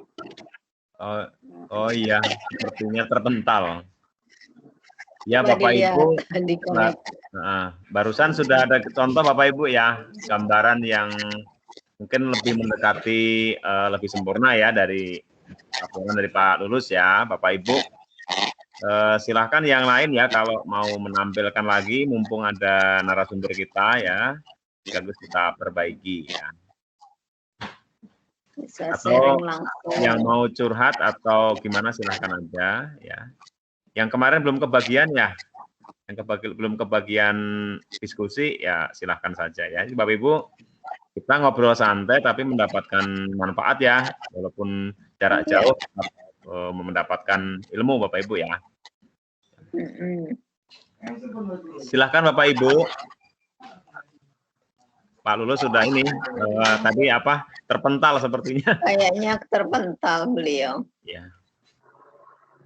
Jadi Bapak Ibu tadi ada satu ilmu yang kita sepakati Bapak Ibu ya, kita tetap rumusan masalah tapi tidak menggunakan kalimat tanya ya, itu satu. Kemudian di jumlah halamannya 2 halaman ya Bu, 2 halaman kan. Iya, 2 halaman saja di bab 1 ini. Ya, judulnya juga singkat ya. Judul juga singkat kan tadi ya, seperti itu. Bu Tati mau menampilkan yang itu, yang best practice pengawas, yang teaser. Boleh, nggak apa-apa untuk contoh. Yang, tapi saya belum download ya ntar ini. Bentar. Kalau dari Bu Tati bisa nggak tampilin? Kurang bisa? Kayaknya kurang bisa Pak, saya kurang familiar pakai ini. Ini. Terlempar pada. Nah, ini ada Pak Lulus lagi Pak Lulus. Nah, muncul lagi. Ya, sudah. Ya namanya jaringannya begini Pak Lulus. Kita harus sabar sebagai pengejar sinyal. Ya, Mbak, apalagi kalau pas menilai guru penggerak kadang-kadang aduh gitu. Harus sabar menunggu. Kalau ada best practices yang bukan di pembelajaran ya Bu ya. Jadi misalnya kan, nah tidak harus di kelas ya. Iya. Tidak harus pembelajaran kan, maksudnya boleh, yang ekstrakurikuler juga boleh. Misalnya, Bapak pernah ditugasi kepala sekolah, misalnya membimbing OSN ya, itu dan itu merupakan salah satu keberhasilan bisa dituliskan. Bacang gitu. Sini babi, makanya tak kurepin. Isma seperti laporan itu ya, kayak laporan kan, laporan sederhana gitu, laporan singkat. Betul, makanya lebih mudah best practice, angkanya juga lebih sedikit, separuhnya PTK Pak. Iya 2 itu. 2. Dan isinya simple. Tinggal lampirkan teman-teman data-data kegiatannya, keberhasilannya sebelum, sesudah kita melakukan pemecahan masalahnya itu.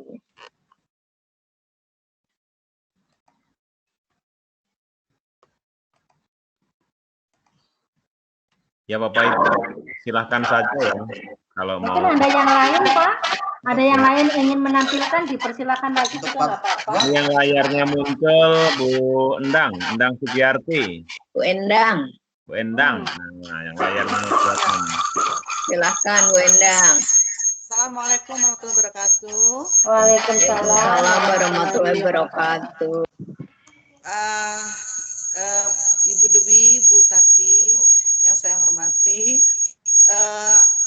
saya sebenarnya sudah mencoba membuat untuk best practice ini belum lama gitu ya, belum lama. Mohon maaf sebelumnya Bu Endang, teman-teman yang lain coba di-mute dulu mic-nya supaya lebih jelas suaranya. Ya, makasih. Ya, oke. Untuk best practice ini memang pernah saya juga mendapatkan, kalau dibilang seminar, pernah mengikuti gitu ya. Dan saya mencoba membuat, tapi saya sendiri nggak tahu apa ini salah atau benar gitu, karena memang belum dinilai dan kemudian juga belum ada bimbingan secara khusus mengenai best practice ini. Tapi saya sudah mencoba, cuman apakah ini betul atau tidak, saya juga bingung. Kemudian ketika nantinya untuk diseminarkan, bagaimana prosedurnya gitu. Jadi saya agak bingung juga. Untuk best practice ini saya sudah coba, yang sudah saya dapatkan pengalaman belajar di kelas 8, dan ini sudah saya buat dalam bentuk best practice.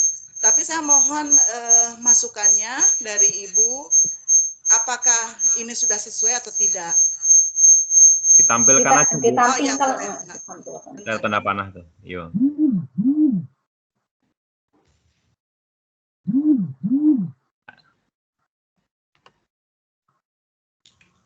Klik yang tanda panah Bu Endang.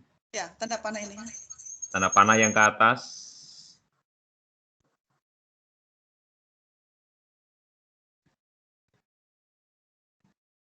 Nanti klik lagi.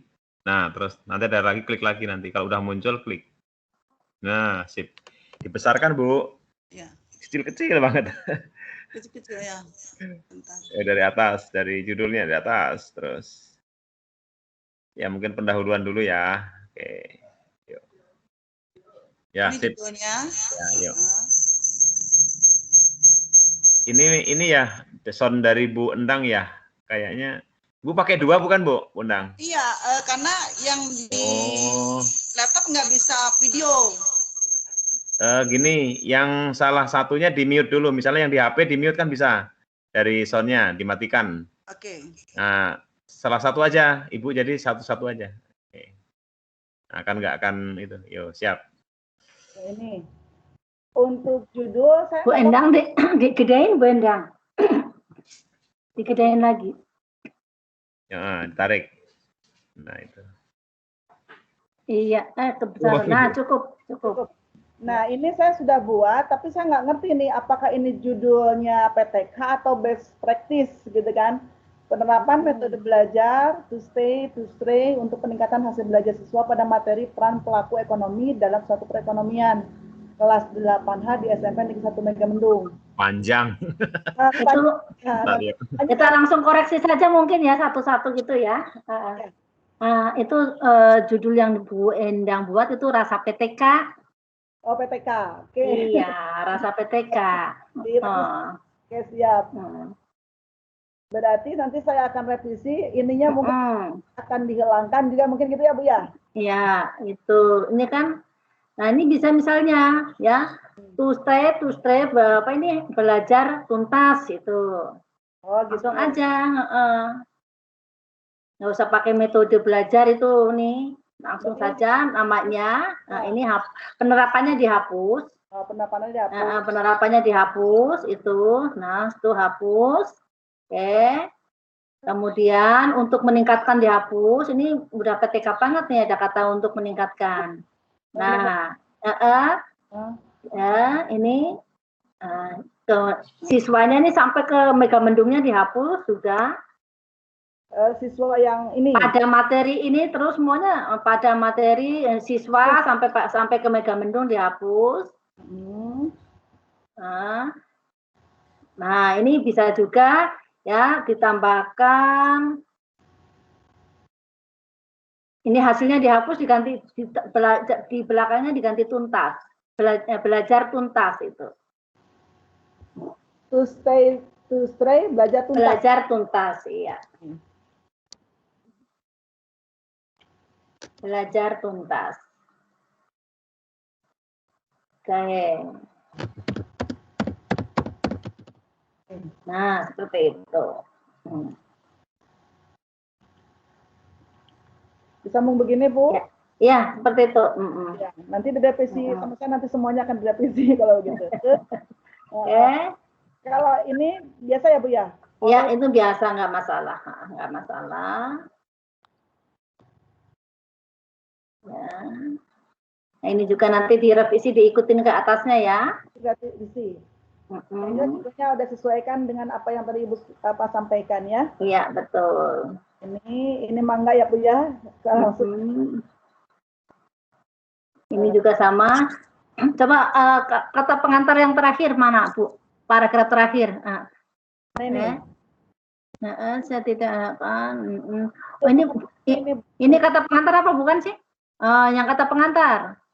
Nah, ini biasanya sering terjadi kekeliruan teman-teman di kata pengantar, terutama pada paragraf terakhir ya. Saya ingatkan kembali. Ini di paragraf terakhir teman-teman sering menulis begini. Ya, akhirnya penulis aturkan terima kasih, kemudian mohon kritik dan saran. Nah, itu hindari kalimat-kalimat di kata pengantar paragraf terakhir yang menunjukkan kelemahan diri Bapak Ibu, itu dihindari. Tapi kata pengantar pada paragraf terakhir akan lebih baik dituliskan dengan atau ditutup dengan kalimat motivasi. Ini akhirnya penulis haturkan, ini kata haturkan di ini kan, ya kurang langsung.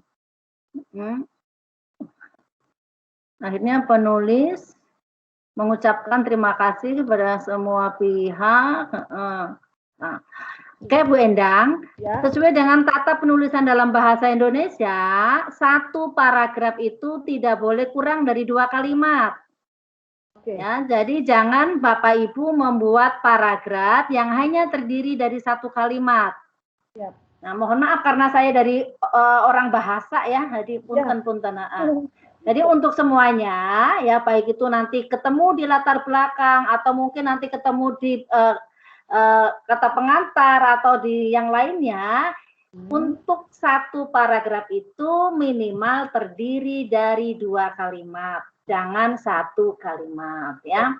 Ini jadi nanti ditambahkan ya, penulis mengucapkan terima kasih kepada semua pihak atas segala kesempatan sehingga penulis bisa menuliskan laporan best practice ini. Oke ya, menuliskan laporan best practice ini, titik. Nanti kita lanjutkan. Semoga karya ini, kalau Ibu mau tetap pakai karya, semoga karya ini dapat memotivasi. Semoga karya ini dapat memotivasi rekan-rekan sejawat untuk menuliskan pengalaman terbaiknya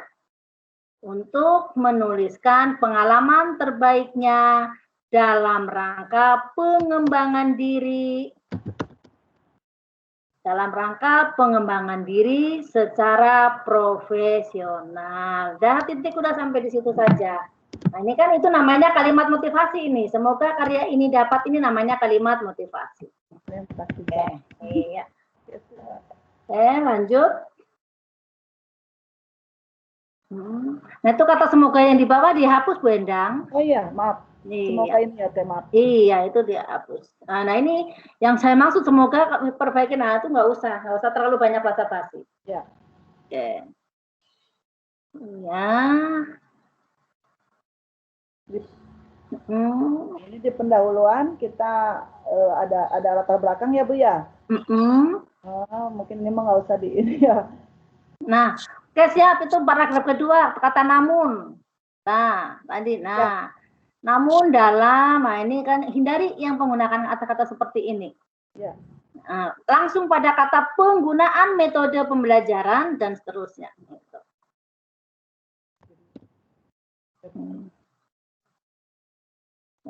Ya pokoknya kekurangan. Oke. Kekurang apa kekurangan itu Bu Endang? Kurang tepatan. Oh, satu kata itu. Oh, itu satu kata ya, Bu? Iya. Bukan guru bahasa jadi. Nah, gitu.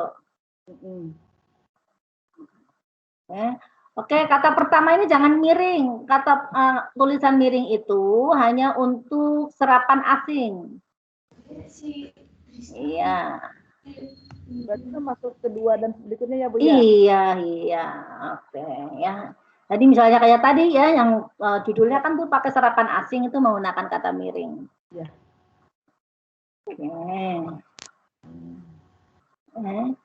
Oh, coba yang itu paragraf berikutnya dengannya itu merupakan penghubung antar frase bukan?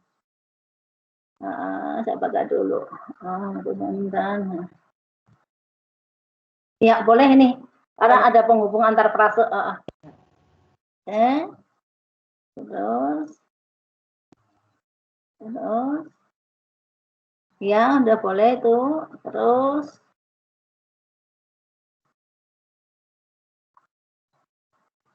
ya ini hubungan antar frase.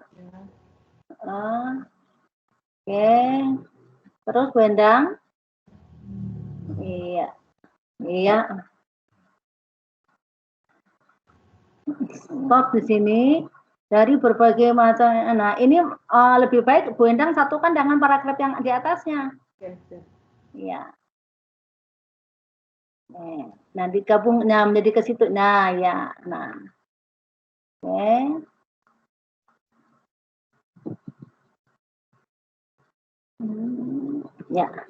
Ya, oke. Ya. Paragraf terakhir coba Bu Endang. Coba tadi ulangi lagi, ditarik. Coba stop di sini. Penggunaan model pembelajaran ini dan seterusnya, penggunaan model pembelajaran statistik akan mengarahkan siswa baik dalam diskusi ya. Nah, ini namanya penegasan ya teman-teman. Jadi sekali lagi di latar belakang cukup isinya tentang tadi yang saya katakan, tujuan, kondisi ideal, kondisi real, solusi, kemudian penegasan. Ya, udah cukup baik ya, udah Bu Endang. Baiklah. Maka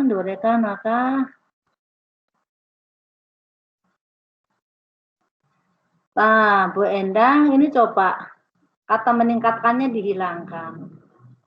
Hasil belajar siswa berdasarkan latar belakang masalah yang sudah diuraikan di atas, maka perumusan masalah dalam best practice ini adalah untuk meningkatkan, untuk meningkatkan hasil belajar siswa melalui, jangan setelah, melalui meningkatkan hasil belajar siswa melalui penerapan metode belajar bla bla bla. Ya. Nah, terus itu dihapus sehingga berdampak pada hasil belajar siswa. Sehingga berdampak pada hasil belajar siswa. Oke.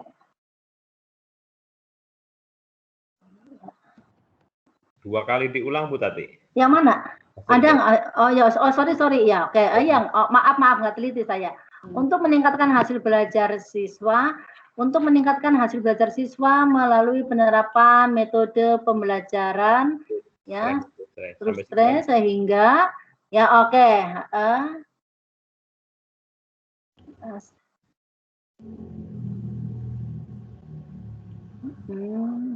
Yang tadi apa coba diunduh lagi coba. Yang tadi yang dibuang apa diunduh lagi Bu?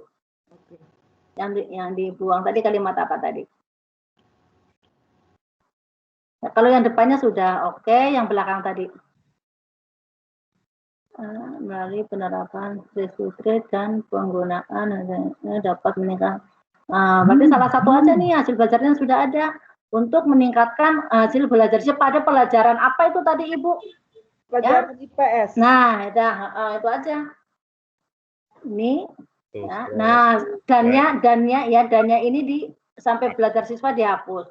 Pada pelajaran IPS, materi bla bla bla boleh teruskan di situ. Pada pelajaran IPS, materi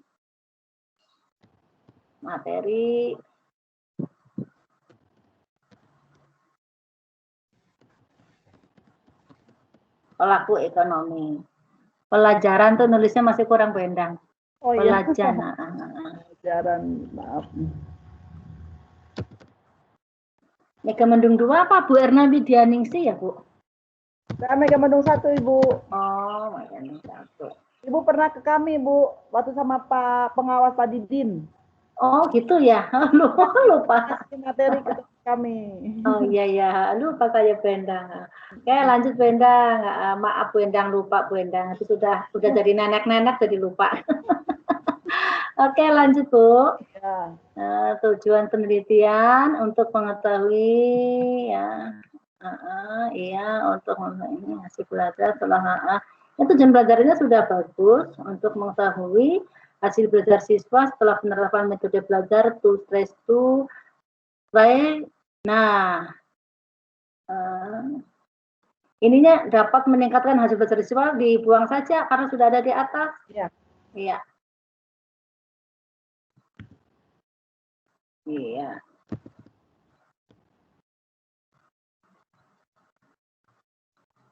Untuk mengetahui hasil ya. Manfaat bagi guru boleh, bagi kalau di best practice di sini yang saya nanti juga kita diskusi lagi sama Ibu Dwi ya. Kalau dalam best practice karena sifatnya bukan meneliti maka menggunakan kata penulis Bu Endang. Oh penulis. Iya, bagi penulis ya karena kita bukan meneliti hanya menuliskan hasil terbaik kita yang sudah kita lakukan, bukan merupakan kita tidak meneliti ya.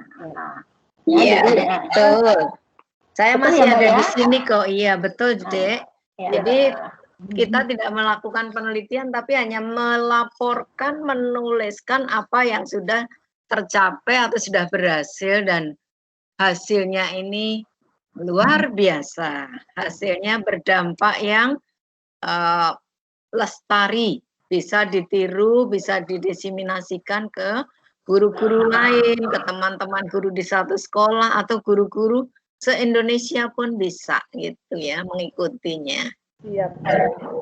Ya, semangat Bu Endang. Ya, Nih, teman-teman ini kesempatan yang luar biasa langka loh. Iya, kalau saya Bu Tati itu nulis nggak ada pembimbingnya. Otodidak nulis sendiri, mau PTK, mau PTS, kita belajar sendiri, ngikuti panduan, akhirnya dinilai, alhamdulillah lolos, gitu ya. Kalau Bapak Ibu bersyukur, sudah ada Bu Tati, ada saya, begitu. Ayo terus, maju terus. Ya, Bapak Ibu, silahkan yang lain lagi ya. Ini kameranya nggak ada yang kebuka nih, Bu Endang sudah, siapa lagi nih? Ditutup semua nih. Kalau ketutup itu maksudnya sinyalnya nggak bagus apa Pak kalau di ini di aplikasi ini? Bukan, nggak dibuka kameranya. Tidak dibuka, tidak diklik di kamera. Ayo Bapak Ibu silahkan ya. Ya, Bu Endang tinggal melanjutkan ke bab berikutnya itu udah bagus. Ya, siap Ibu. Terima kasih Bu Tati. Ya, sama-sama Bu Endang. Alhamdulillah saya langsung dibimbing langsung sama ibuku hebat. Terima kasih sekali. Assalamualaikum warahmatullahi wabarakatuh. Waalaikumsalam. Pak Darno mau nanya? Ya, silakan ya langsung ke Bu Tati apa Bu Dwi ya. Silakan aja. Ibu Tati, Pak Lulus tadi menyambung yang tadi. Iya, mangga Pak. Ya. Seandainya judulnya tadi kan kan menarik ya Bu ya. Iya. COVID versus pembelajaran daring ya. Tapi kalau kita menuju bab 2 itu kan kajian teori itu kadang-kadang kan susah ya carinya. Persepsi saya kan nggak susah ini. Judulnya gaul tapi nabrak ke kajian teori yang formal gitu. Ya nggak apa-apa, itu kan hanya sebagai alternatif judul. Apakah misalnya istilah versusnya kita cari kajian teorinya atau gimana? Maksudnya gimana? Versusnya mah nggak usah dicari kajiannya Pak. Yang Bapak tarik kajiannya itu cukup COVID-nya. Itu sama pembelajaran online itu apa gitu. Pak Lulus, boleh saya sarankan? Memang laporan best practice ini kan tetap karya ilmiah, jadi harus ada teorinya. Kalau Pak Lulus tadi yang dibahas tentang COVID, pembelajarannya kan, ya teorinya cari teori tentang COVID, kemudian berkaitan dengan pembelajaran, sudah 2 hal itu saja. Terus nanti dikaitkan menurut pendapat saya, COVID-19 yang dimaksud ini adalah masa pandemi yang menjadikan dampak bagi seluruh peserta didik, orang tua, semuanya belajar dari rumah, bekerja dari rumah. Khusus bagi pembelajaran yang saya lakukan, nah, maka di situ dituliskan, kaitkan COVID yang Bapak maksud itu pembelajaran di masa COVID, gitu kan? Nah, gitu ya. Oke. Masih galau? Enggak udah ini. Iya, ayo terus. Yang bisa dikaji oleh materi aja, digali dengan kajian teori aja ya. Iya, Gaulnya nggak usah. Enggak. Misalnya Bapak akan menuliskan COVID adalah jenis ini, ya nggak apa-apa, sedikit aja gitu. Tapi yang paling banyak Bapak kupas nanti yang tadi dikatakan oleh Bu Dwi di pembelajarannya itu. Makanya menggarisbawahinya teorinya yang akan dicari, kita tuliskan pada rumusan masalah itu. Permasalahan yang sudah dipecahkan adalah partisipasi belajar siswa. Langkah yang saya lakukan dengan menggunakan tadi komunikasi, itu kan? Nah, maka yang dicari teori Bapak ya tadi pembelajaran di masa pandemi menggunakan jaringan komunikasi yang baik itu, dan komunikatif itu. Lanjutkan, yuk. Saya di belakang layar ya, tapi saya menyimak loh. Oke, yuk lanjut. Semangat Pak Lulus. Terima kasih. Ya, silahkan Bapak Ibu yang lain ya, jika mau diskusi atau menampilkan karya-karyanya ya yang sudah dilakukan ya, silahkan ya. Tapi bukan rencana loh ya, rencana itu PTK nanti. Yang sudah dilaksanakan dan berhasil, bukan yang akan dilaksanakan. Ingat itu best practice.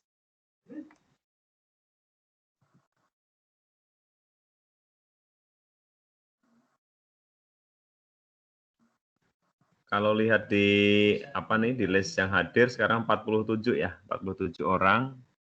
Sebenarnya ini banyak, cuma nggak ada yang ini buka kamera. Apakah memang kalau satu-satu saya lihat dulu nih. Ada Bu Arin nih, Bu Arin, Bu Nurwanida, Bu Lilis, Bu Harti, Bu Iin Indarwati, ya banyak dari ini. Bu Ajeng, Bu Atun ya. Mungkin belum ini kali Bu, belum sebelum ready. Baru baca-baca dulu lagi, belajar dulu ya. Memang Bapak Ibu harapan dari ini ya, dari forum ya, setelah 4 hari ini Bapak Ibu mendapatkan produk ya, dari best practices-nya ya, yang bisa digunakan untuk ya kalau yang PNS untuk kenaikan pangkat, kalau yang non PNS boleh juga untuk akreditasi atau untuk yang lain-lain ya, kepentingan kan seperti itu ya. Disilahkan saja sebenarnya. Nah itu yang kemarin contoh saya udah di-share kan Pak Darno. Sudah ya, coba yang Ibu ya. Itu tidak sempurna, saya akui juga tidak sempurna, tapi ya paling tidak ya bisa dijadikan bahan pertimbangan lah oleh Bapak Ibu dalam menyusun laporan best practice. Ini saya juga sedang mencoba dari best practice yang saya buat ini mau saya ajukan, saya nilaikan ke 4D itu. Oke, sebentar Pak Ibu ya, saya akan tampilkan yang punya Bu Tati ya. Nah, ini kebuka nih, Bu Kiki Retno, mau tampil? Nah, ayo Bu Kiki Retno, tampil Bu Kiki. Bu Kiki Retno Indriawati. Nah, wah tutup lagi. Ya oke, ya apa nanti ya Bapak Ibu ya sambil berjalan ya mungkin sebentar. Tampilkan yang punya Ibu Tati. Sebentar.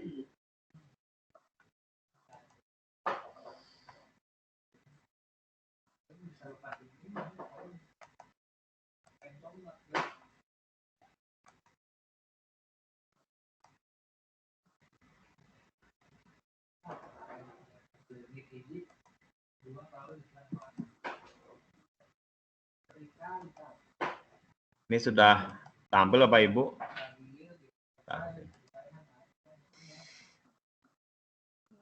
Best practices pengawas sekolah ya, melek literasi dengan model animate.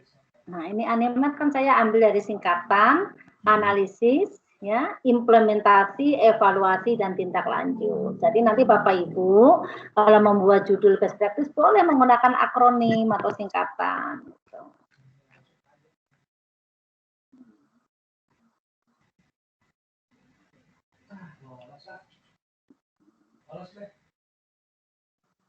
Nah, mungkin dibuka saja ke bab 3, Pak.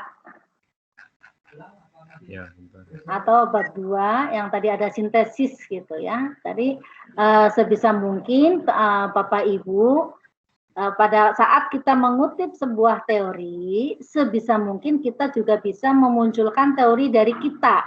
Itu namanya sintesis. Ya. Nah, nanti kalau sintesis kita akan dikutip ke orang lain ya bisa, boleh, itu berarti milik kita. Misalnya pengertian menurut Sudarno pada best practice tahun berapa bla bla bla, komunikasi efektif adalah dan seterusnya. Nah, ini tadi Bapak Ibu ya di bab 3 yang saya katakan alur berpikir ya, alur berpikir atau teknik pemecahan masalah atau langkah pemecahan masalah. Ini alur berpikirnya. Nah, ini alur berpikir. Jadi yang pertama dari kondisi awal sebelum ada pengalaman best practice itu seperti apa kondisinya, kemudian setelah dilakukan ya dengan yang tadi Bapak Ibu lakukan sehingga nanti akan menghasilkan. Nah, ini yang saya katakan tadi alur berpikir kita. Nah, alur berpikir ya nanti Bapak Ibu menuliskan step by step-nya seperti apa itu.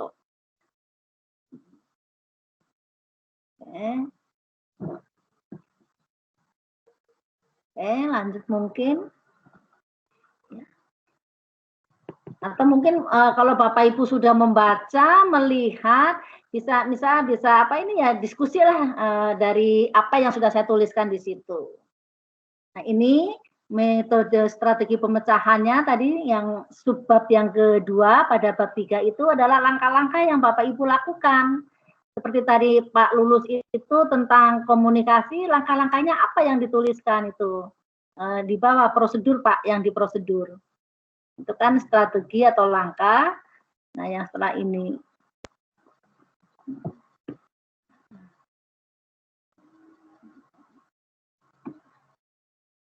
Nah, ini ya Bapak Ibu, ada perencanaan kegiatan. Gitu.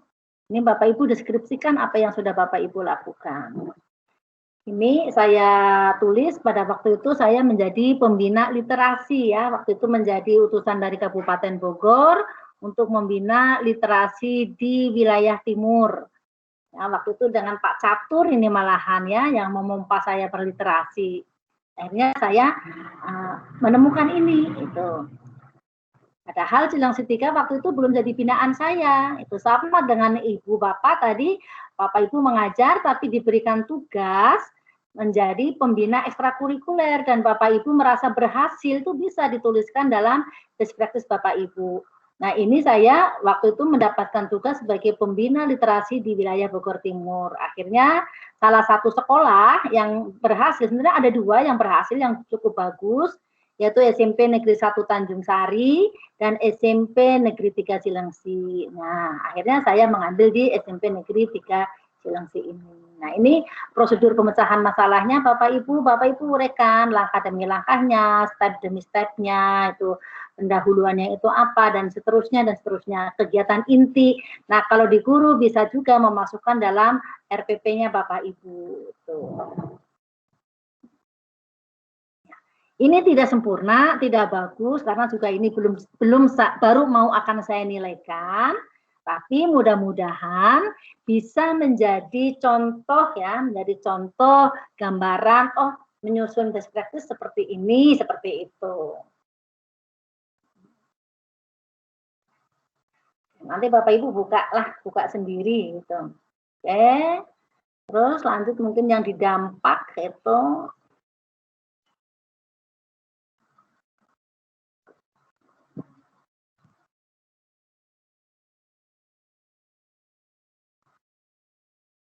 Nah, ini Bapak Ibu yang tadi dikatakan dengan istilah kalau di PTK itu indikator keberhasilan ya. Nah, ini ya ada hasil, ada target yang ingin kita capai. Nah, ini hasil-hasilnya seperti ini ya, hasil penilaian. Jadi bukan indikator tapi hasil penilaian pra bimbingan. Sebelum dibimbing ya seperti ini, tapi setelah saya bimbing menggunakan Animate ternyata ada peningkatan. Ini pembimbingan tahap kedua dan seterusnya. Nah, jadi nanti Pak Lulus menampilkan atau Bu Endang sebelum menggunakan metode seperti apa hasilnya, hasil belajar anak, setelah menggunakan metode seperti apa hasilnya. Tuh, kemudian nanti disandingkan di sini. Ya, sebelum dan sudah sehingga terjadi ada angka kenaikan. Dan jangan lupa Bapak Ibu, setelah Bapak Ibu menuliskan hasil, sebelum dan sesudah di bawah tabel, jangan lupa Bapak Ibu mendeskripsikan, walaupun hanya secara singkat ya, dideskripsikan di sini. Ini instrumen yang saya gunakan. Sebenarnya ini Bapak Ibu ya, instrumen ini waktu saya dimintain oleh waktu itu Bu Kasihnya masih Bu Susi, Pak Roni masih jadi staf kasih di sana, saya disuruh membuat instrumen literasi. Ini saya sampaikan sudah loh, tapi ya mungkin tidak disosialisasikan atau tidak disebarkan ke seluruh sekolah.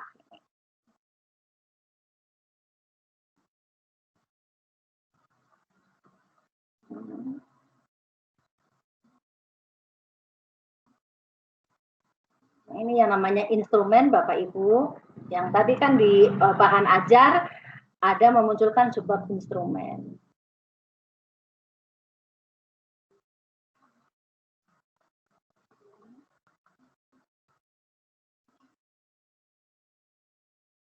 Nah, ini Bapak Ibu dampak ya.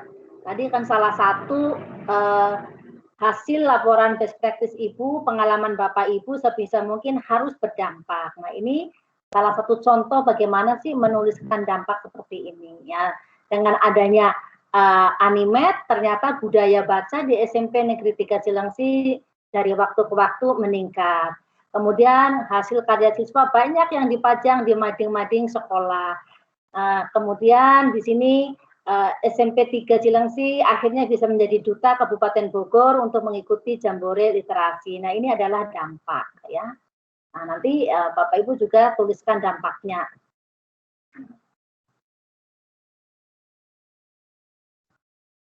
Nah, ini faktor pendukung tadi ya. Faktor pendukung apa sih faktor pendukungnya? Kenapa kok literasi di SMP 3 berhasil? Salah satu faktor pendukungnya di sini adalah kepala sekolah ini ya. Keteladanan kepala sekolah.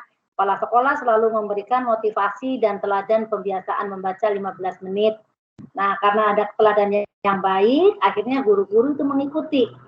Akhirnya guru pun menjadi guru yang literan. Kemudian sarana dan prasarana ini didukung oleh kepala sekolah, dimasukkan dalam RKS sehingga di SMP Negeri 3 Cilengsi mading-mading literasi, bahkan ada satu dinding di sekolah itu yang memang dikhususkan untuk sebagai apa ya, pengapresiasian lah. Nanti anak misalnya bisa menulis apa, dituliskan di dinding-dinding yang sudah disiapkan oleh sekolah.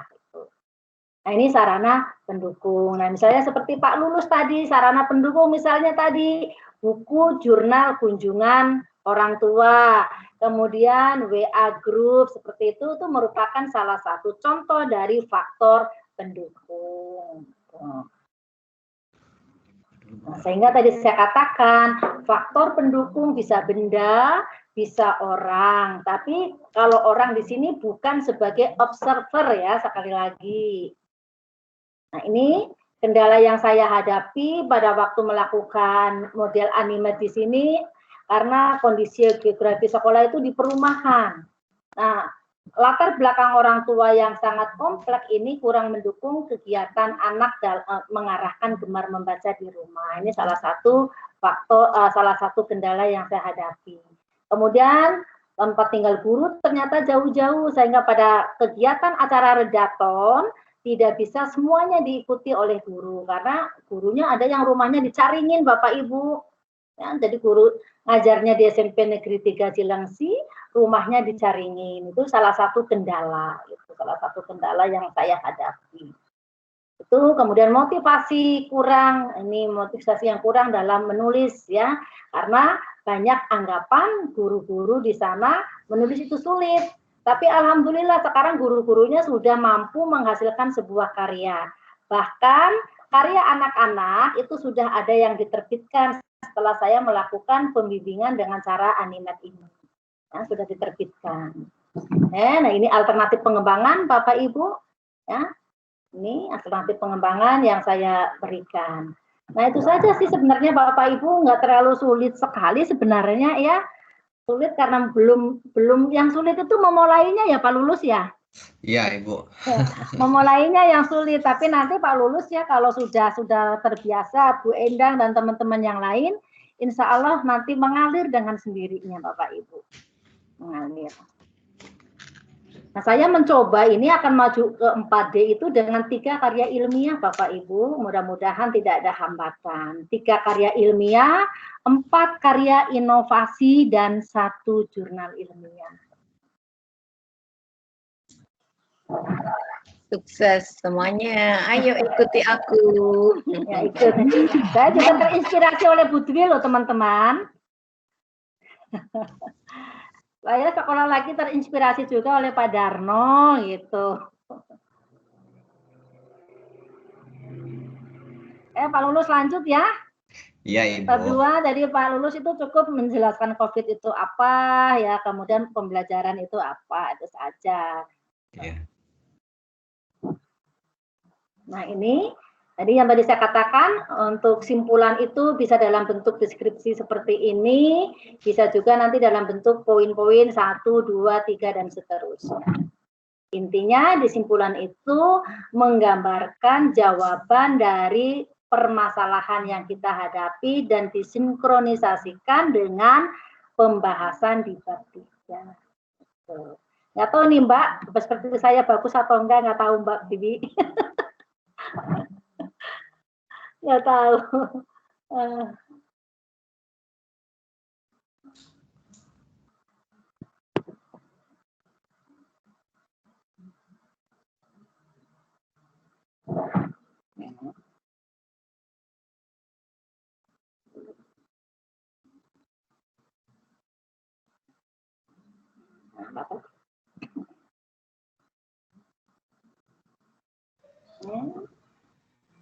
Ya, Ibu Bapak masih terdengar ya suara ya?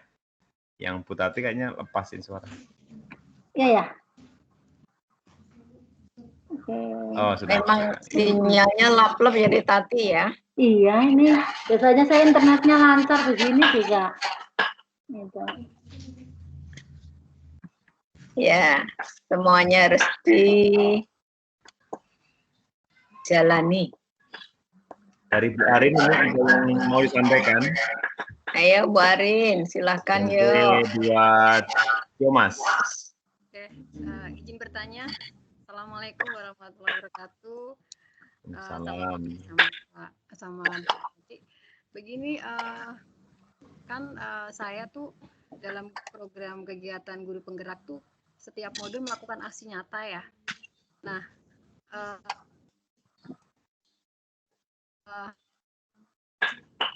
pengen dibuat apakah nanti dalam judul best practice saya tuh harus menuliskan misalnya judulnya kan ada salah satu judul aksi nyata saya tuh gali potensimu melalui ekspresi gitu. Nah, apakah nanti di atasnya ada laporan aksi nyata program guru penggerak, kemudian ada judulnya gitu. Karena biar membuktikan bahwa itu ekspresinya benar-benar saya lakukan gitu loh. Mohon petunjuknya begitu, Bu. Terima kasih. Siapa dulu? Mau saya dulu atau Ibu Mbak Dwi dulu? Ayo deh Tati dulu nggak apa-apa. Nah, jadi untuk ini Bu Arin, untuk di judul tidak harus dituliskan laporan guru penggerak, tidak usah. Ya, tapi nanti di pembahasan atau di latar belakang Ibu tuliskan bahwa pengalaman ini didapat pada saat Ibu Arin melaksanakan tugasnya sebagai guru penggerak. Tapi pada judulnya itu tidak perlu dituliskan laporan kegiatan guru penggerak, judulnya apa, bla bla bla, itu tidak perlu. Langsung saja laporan best practice apa judulnya. Nah, soal masalah guru penggerak nanti Bu Arin bisa tuliskan di latar belakang. Seperti itu. Boleh ditambahkan Bu Arin? Boleh. Coba buat judul yang menantang begitu. Aksi nyata guru penggerak pendidikan hebat. Gini maksudnya gini, bukan guru penggeraknya saya tampilkan, tapi laporan aksi nyatanya gitu, Bu. Jadi kan banyak sih, ada beberapa judul ya. Setiap kita satu modul itu ada selalu melakukan aksi nyata. Contoh aksi nyatanya coba Bu Arin apa? Salah satu contoh aksi nyata. Salah satu contoh aksi nyata saya itu yang pertama karena modul 1 itu temanya tentang filosofi KHD, jadi saya ingin anak-anak itu menggali potensinya melalui bakat dan minatnya. Jadi saya ambil judul sederhana karena itu pertama kali jadi saya pakai judulnya waktu itu gali potensimu melalui ekspresi. Jadi anak-anak itu diberi keleluasaan untuk membuat karya dalam bentuk apa aja sesuai dengan minatnya, yang gambar, ya tulis, ya puisi, ya cerpen, segala macam gitu. Sudah bagus itu Bu Arin judulnya, sudah sangat menarik, gali potensimu melalui ekspresi, sudah bagus itu. Udah bagus Bu Arin. Iya. Bagus ya Mbak? Bagus. Gali potensi dengan ekspresi. Itu aja cukup Bu Arin. Jadi nanti di dalam laporan praktek baik Bu Arin itu menceritakan tentang potensi anak-anak yang berhasil diwujudkan atau dicapai selama Bu Arin melakukan pembelajaran dengan gali potensi itu tadi. Kan di guru penggerak ini banyak loh kegiatannya dan bagus-bagus pasti hasilnya gitu kan. Nah, silahkan pilih satu hasil yang terbaik dari guru penggerak itu. Jadi nggak perlu ditulis laporan aksi nyatanya ya, langsung judulnya aja ya Bu ya. Nggak usah, langsung judulnya itu gali potensi dengan ekspresi, laporan best practice. Nah, langsung ke pendahuluan, latar belakangnya, permasalahannya yang Ibu ceritakan di situ, keberhasilan dari ekspresi itu apa gitu kan. Ya. Kemudian nanti dicari teorinya berkaitan dengan potensi siswa, ekspresinya bagaimana begitu ya. Oke. Ya, terima kasih ya Bu. Sama-sama, teruskan. Siap. Oke Pak Darno, sudah Pak Darno, makasih. Ya, semangat terus ya. Ya, guru penggerak banyak sekali itu yang harus bisa dibuat ya dari guru penggerak. Ya. Bapak Ibu masih adakah yang lain? Jika memang tidak ada ya nggak apa-apa, kita cukupkan. Berarti take home ya, tugas mandiri. Besok kita akan bertemu lagi sekali lagi ya. Kamis di jam yang sama seperti ini ya. Nanti ada kopi laporan pengembangan diri ya selama 4 hari ini. Nanti kan akan saya rekap dan untuk sertifikat Bapak Ibu ya selama 4 hari 32 jam ya. Pak Darno mohon izin. Ya Bu. Sebaiknya teman-teman besok sudah ada draftnya ya. Oh iya, lebih bagus. Jadi seperti Pak Lulus, Bu Endang ini kan sudah ditampilkan. Besok siapa lagi gantian, supaya teman-teman setelah kegiatan ini bisa melanjutkan menuliskannya sampai tuntas. Nah, setelah terima raport, bisa menuliskan laporan best practice tahun ini yang sudah dicapai oleh kita. Begitu. Nanti ini kalau sudah, misalnya kita masih pandemi, kan harus diseminarkan. Seminarnya bisa melalui daring seperti ini kalau Pak Darno. Iya, seperti biasa. Sudah Bu, sudah berjalan ya. Yuk. Ya. Gimana Bapak Ibu, kita cukupkan ya pertemuan kita diskusi ya. Terima kasih Ibu narasumber ya, Ibu pengawas yang sudah memberikan banyak sekali ya pengalaman dan ilmunya kepada kita semua Bapak Ibu ya. Itu hal yang melangkah kita bisa bertemu dengan Ibu Dwi dan Bu Tati ya Bapak Ibu ya. Bapak Ibu kita berikan aplaus ya para narasumber kita. Tepuk tangan Bapak Ibu buat kita semuanya. Terima kasih. Terima kasih. Ya, Bapak Ibu kita sudahi ya kegiatan kita walaupun masih jam 2:30 ya, tidak apa-apa. Bapak Ibu lanjutkan di rumah dengan semangat. Besok mungkin ada yang mau ditampilkan lagi ya teman-temannya dari Bu Arin, itu Bu Irna dan semuanya ya, atau teman-teman Pak Lulus dan semuanya nanti bisa ya. Sehingga Bapak Ibu di akhir kegiatan ini bisa mendapatkan oleh-oleh best practices ya, seperti itu. Minimal 4 Pak Darno. Iya. Minimal ya, 4 yang harus ditampilkan, minimal 4, syukur-syukur lebih gitu. Ya, besok Bu Arin, Bu Irma itu ya. Bisa. Halo, nanti itu diklat cakep itu harus ada best practices itu. Mau cakep lagi. Nanti diklat itu harus bawa itu harus ada itu. Bisa Bu Arin, bisa. Ya, pasti bisa. Harus bisa gitu loh. Baru ikut sekarang Bu, kemarin baru pulang. Ayo semangat. Harus semangat. Kadang-kadang emang dipaksa nulis itu, harus kalau nggak dipaksa kita nggak ini. Ya. Emang awal mulanya dipaksa dulu, Ya, terpaksa akhirnya bisa. Kalau sudah bisa akan menjadi biasa. Sip, ya. Enggak, ya. Ya Bapak Ibu, Ibu pengawas terima kasih atas kehadirannya dan penjelasannya. Sama-sama. Marilah kegiatan ini kita tutup ya dengan sama-sama bacakan hamdalah ya. Alhamdulillah. Amin. Semoga bermanfaat ya Bapak Ibu ya. Kita semua. Sama-sama. Sampai bertemu besok lagi ya. Sekian. Assalamualaikum warahmatullahi wabarakatuh. Waalaikumsalam. Tepuk tangan untuk kita semua, semangatnya. Ya. Sampai bertemu besok siang ya. Sekali lagi kita. Ya, terima kasih. Yo, silakan ingat dan live. Semuanya, assalamualaikum. Waalaikumsalam. Mari. Oke, saya mau izin ya. Ya Bu. Lanjut kegiatan lain.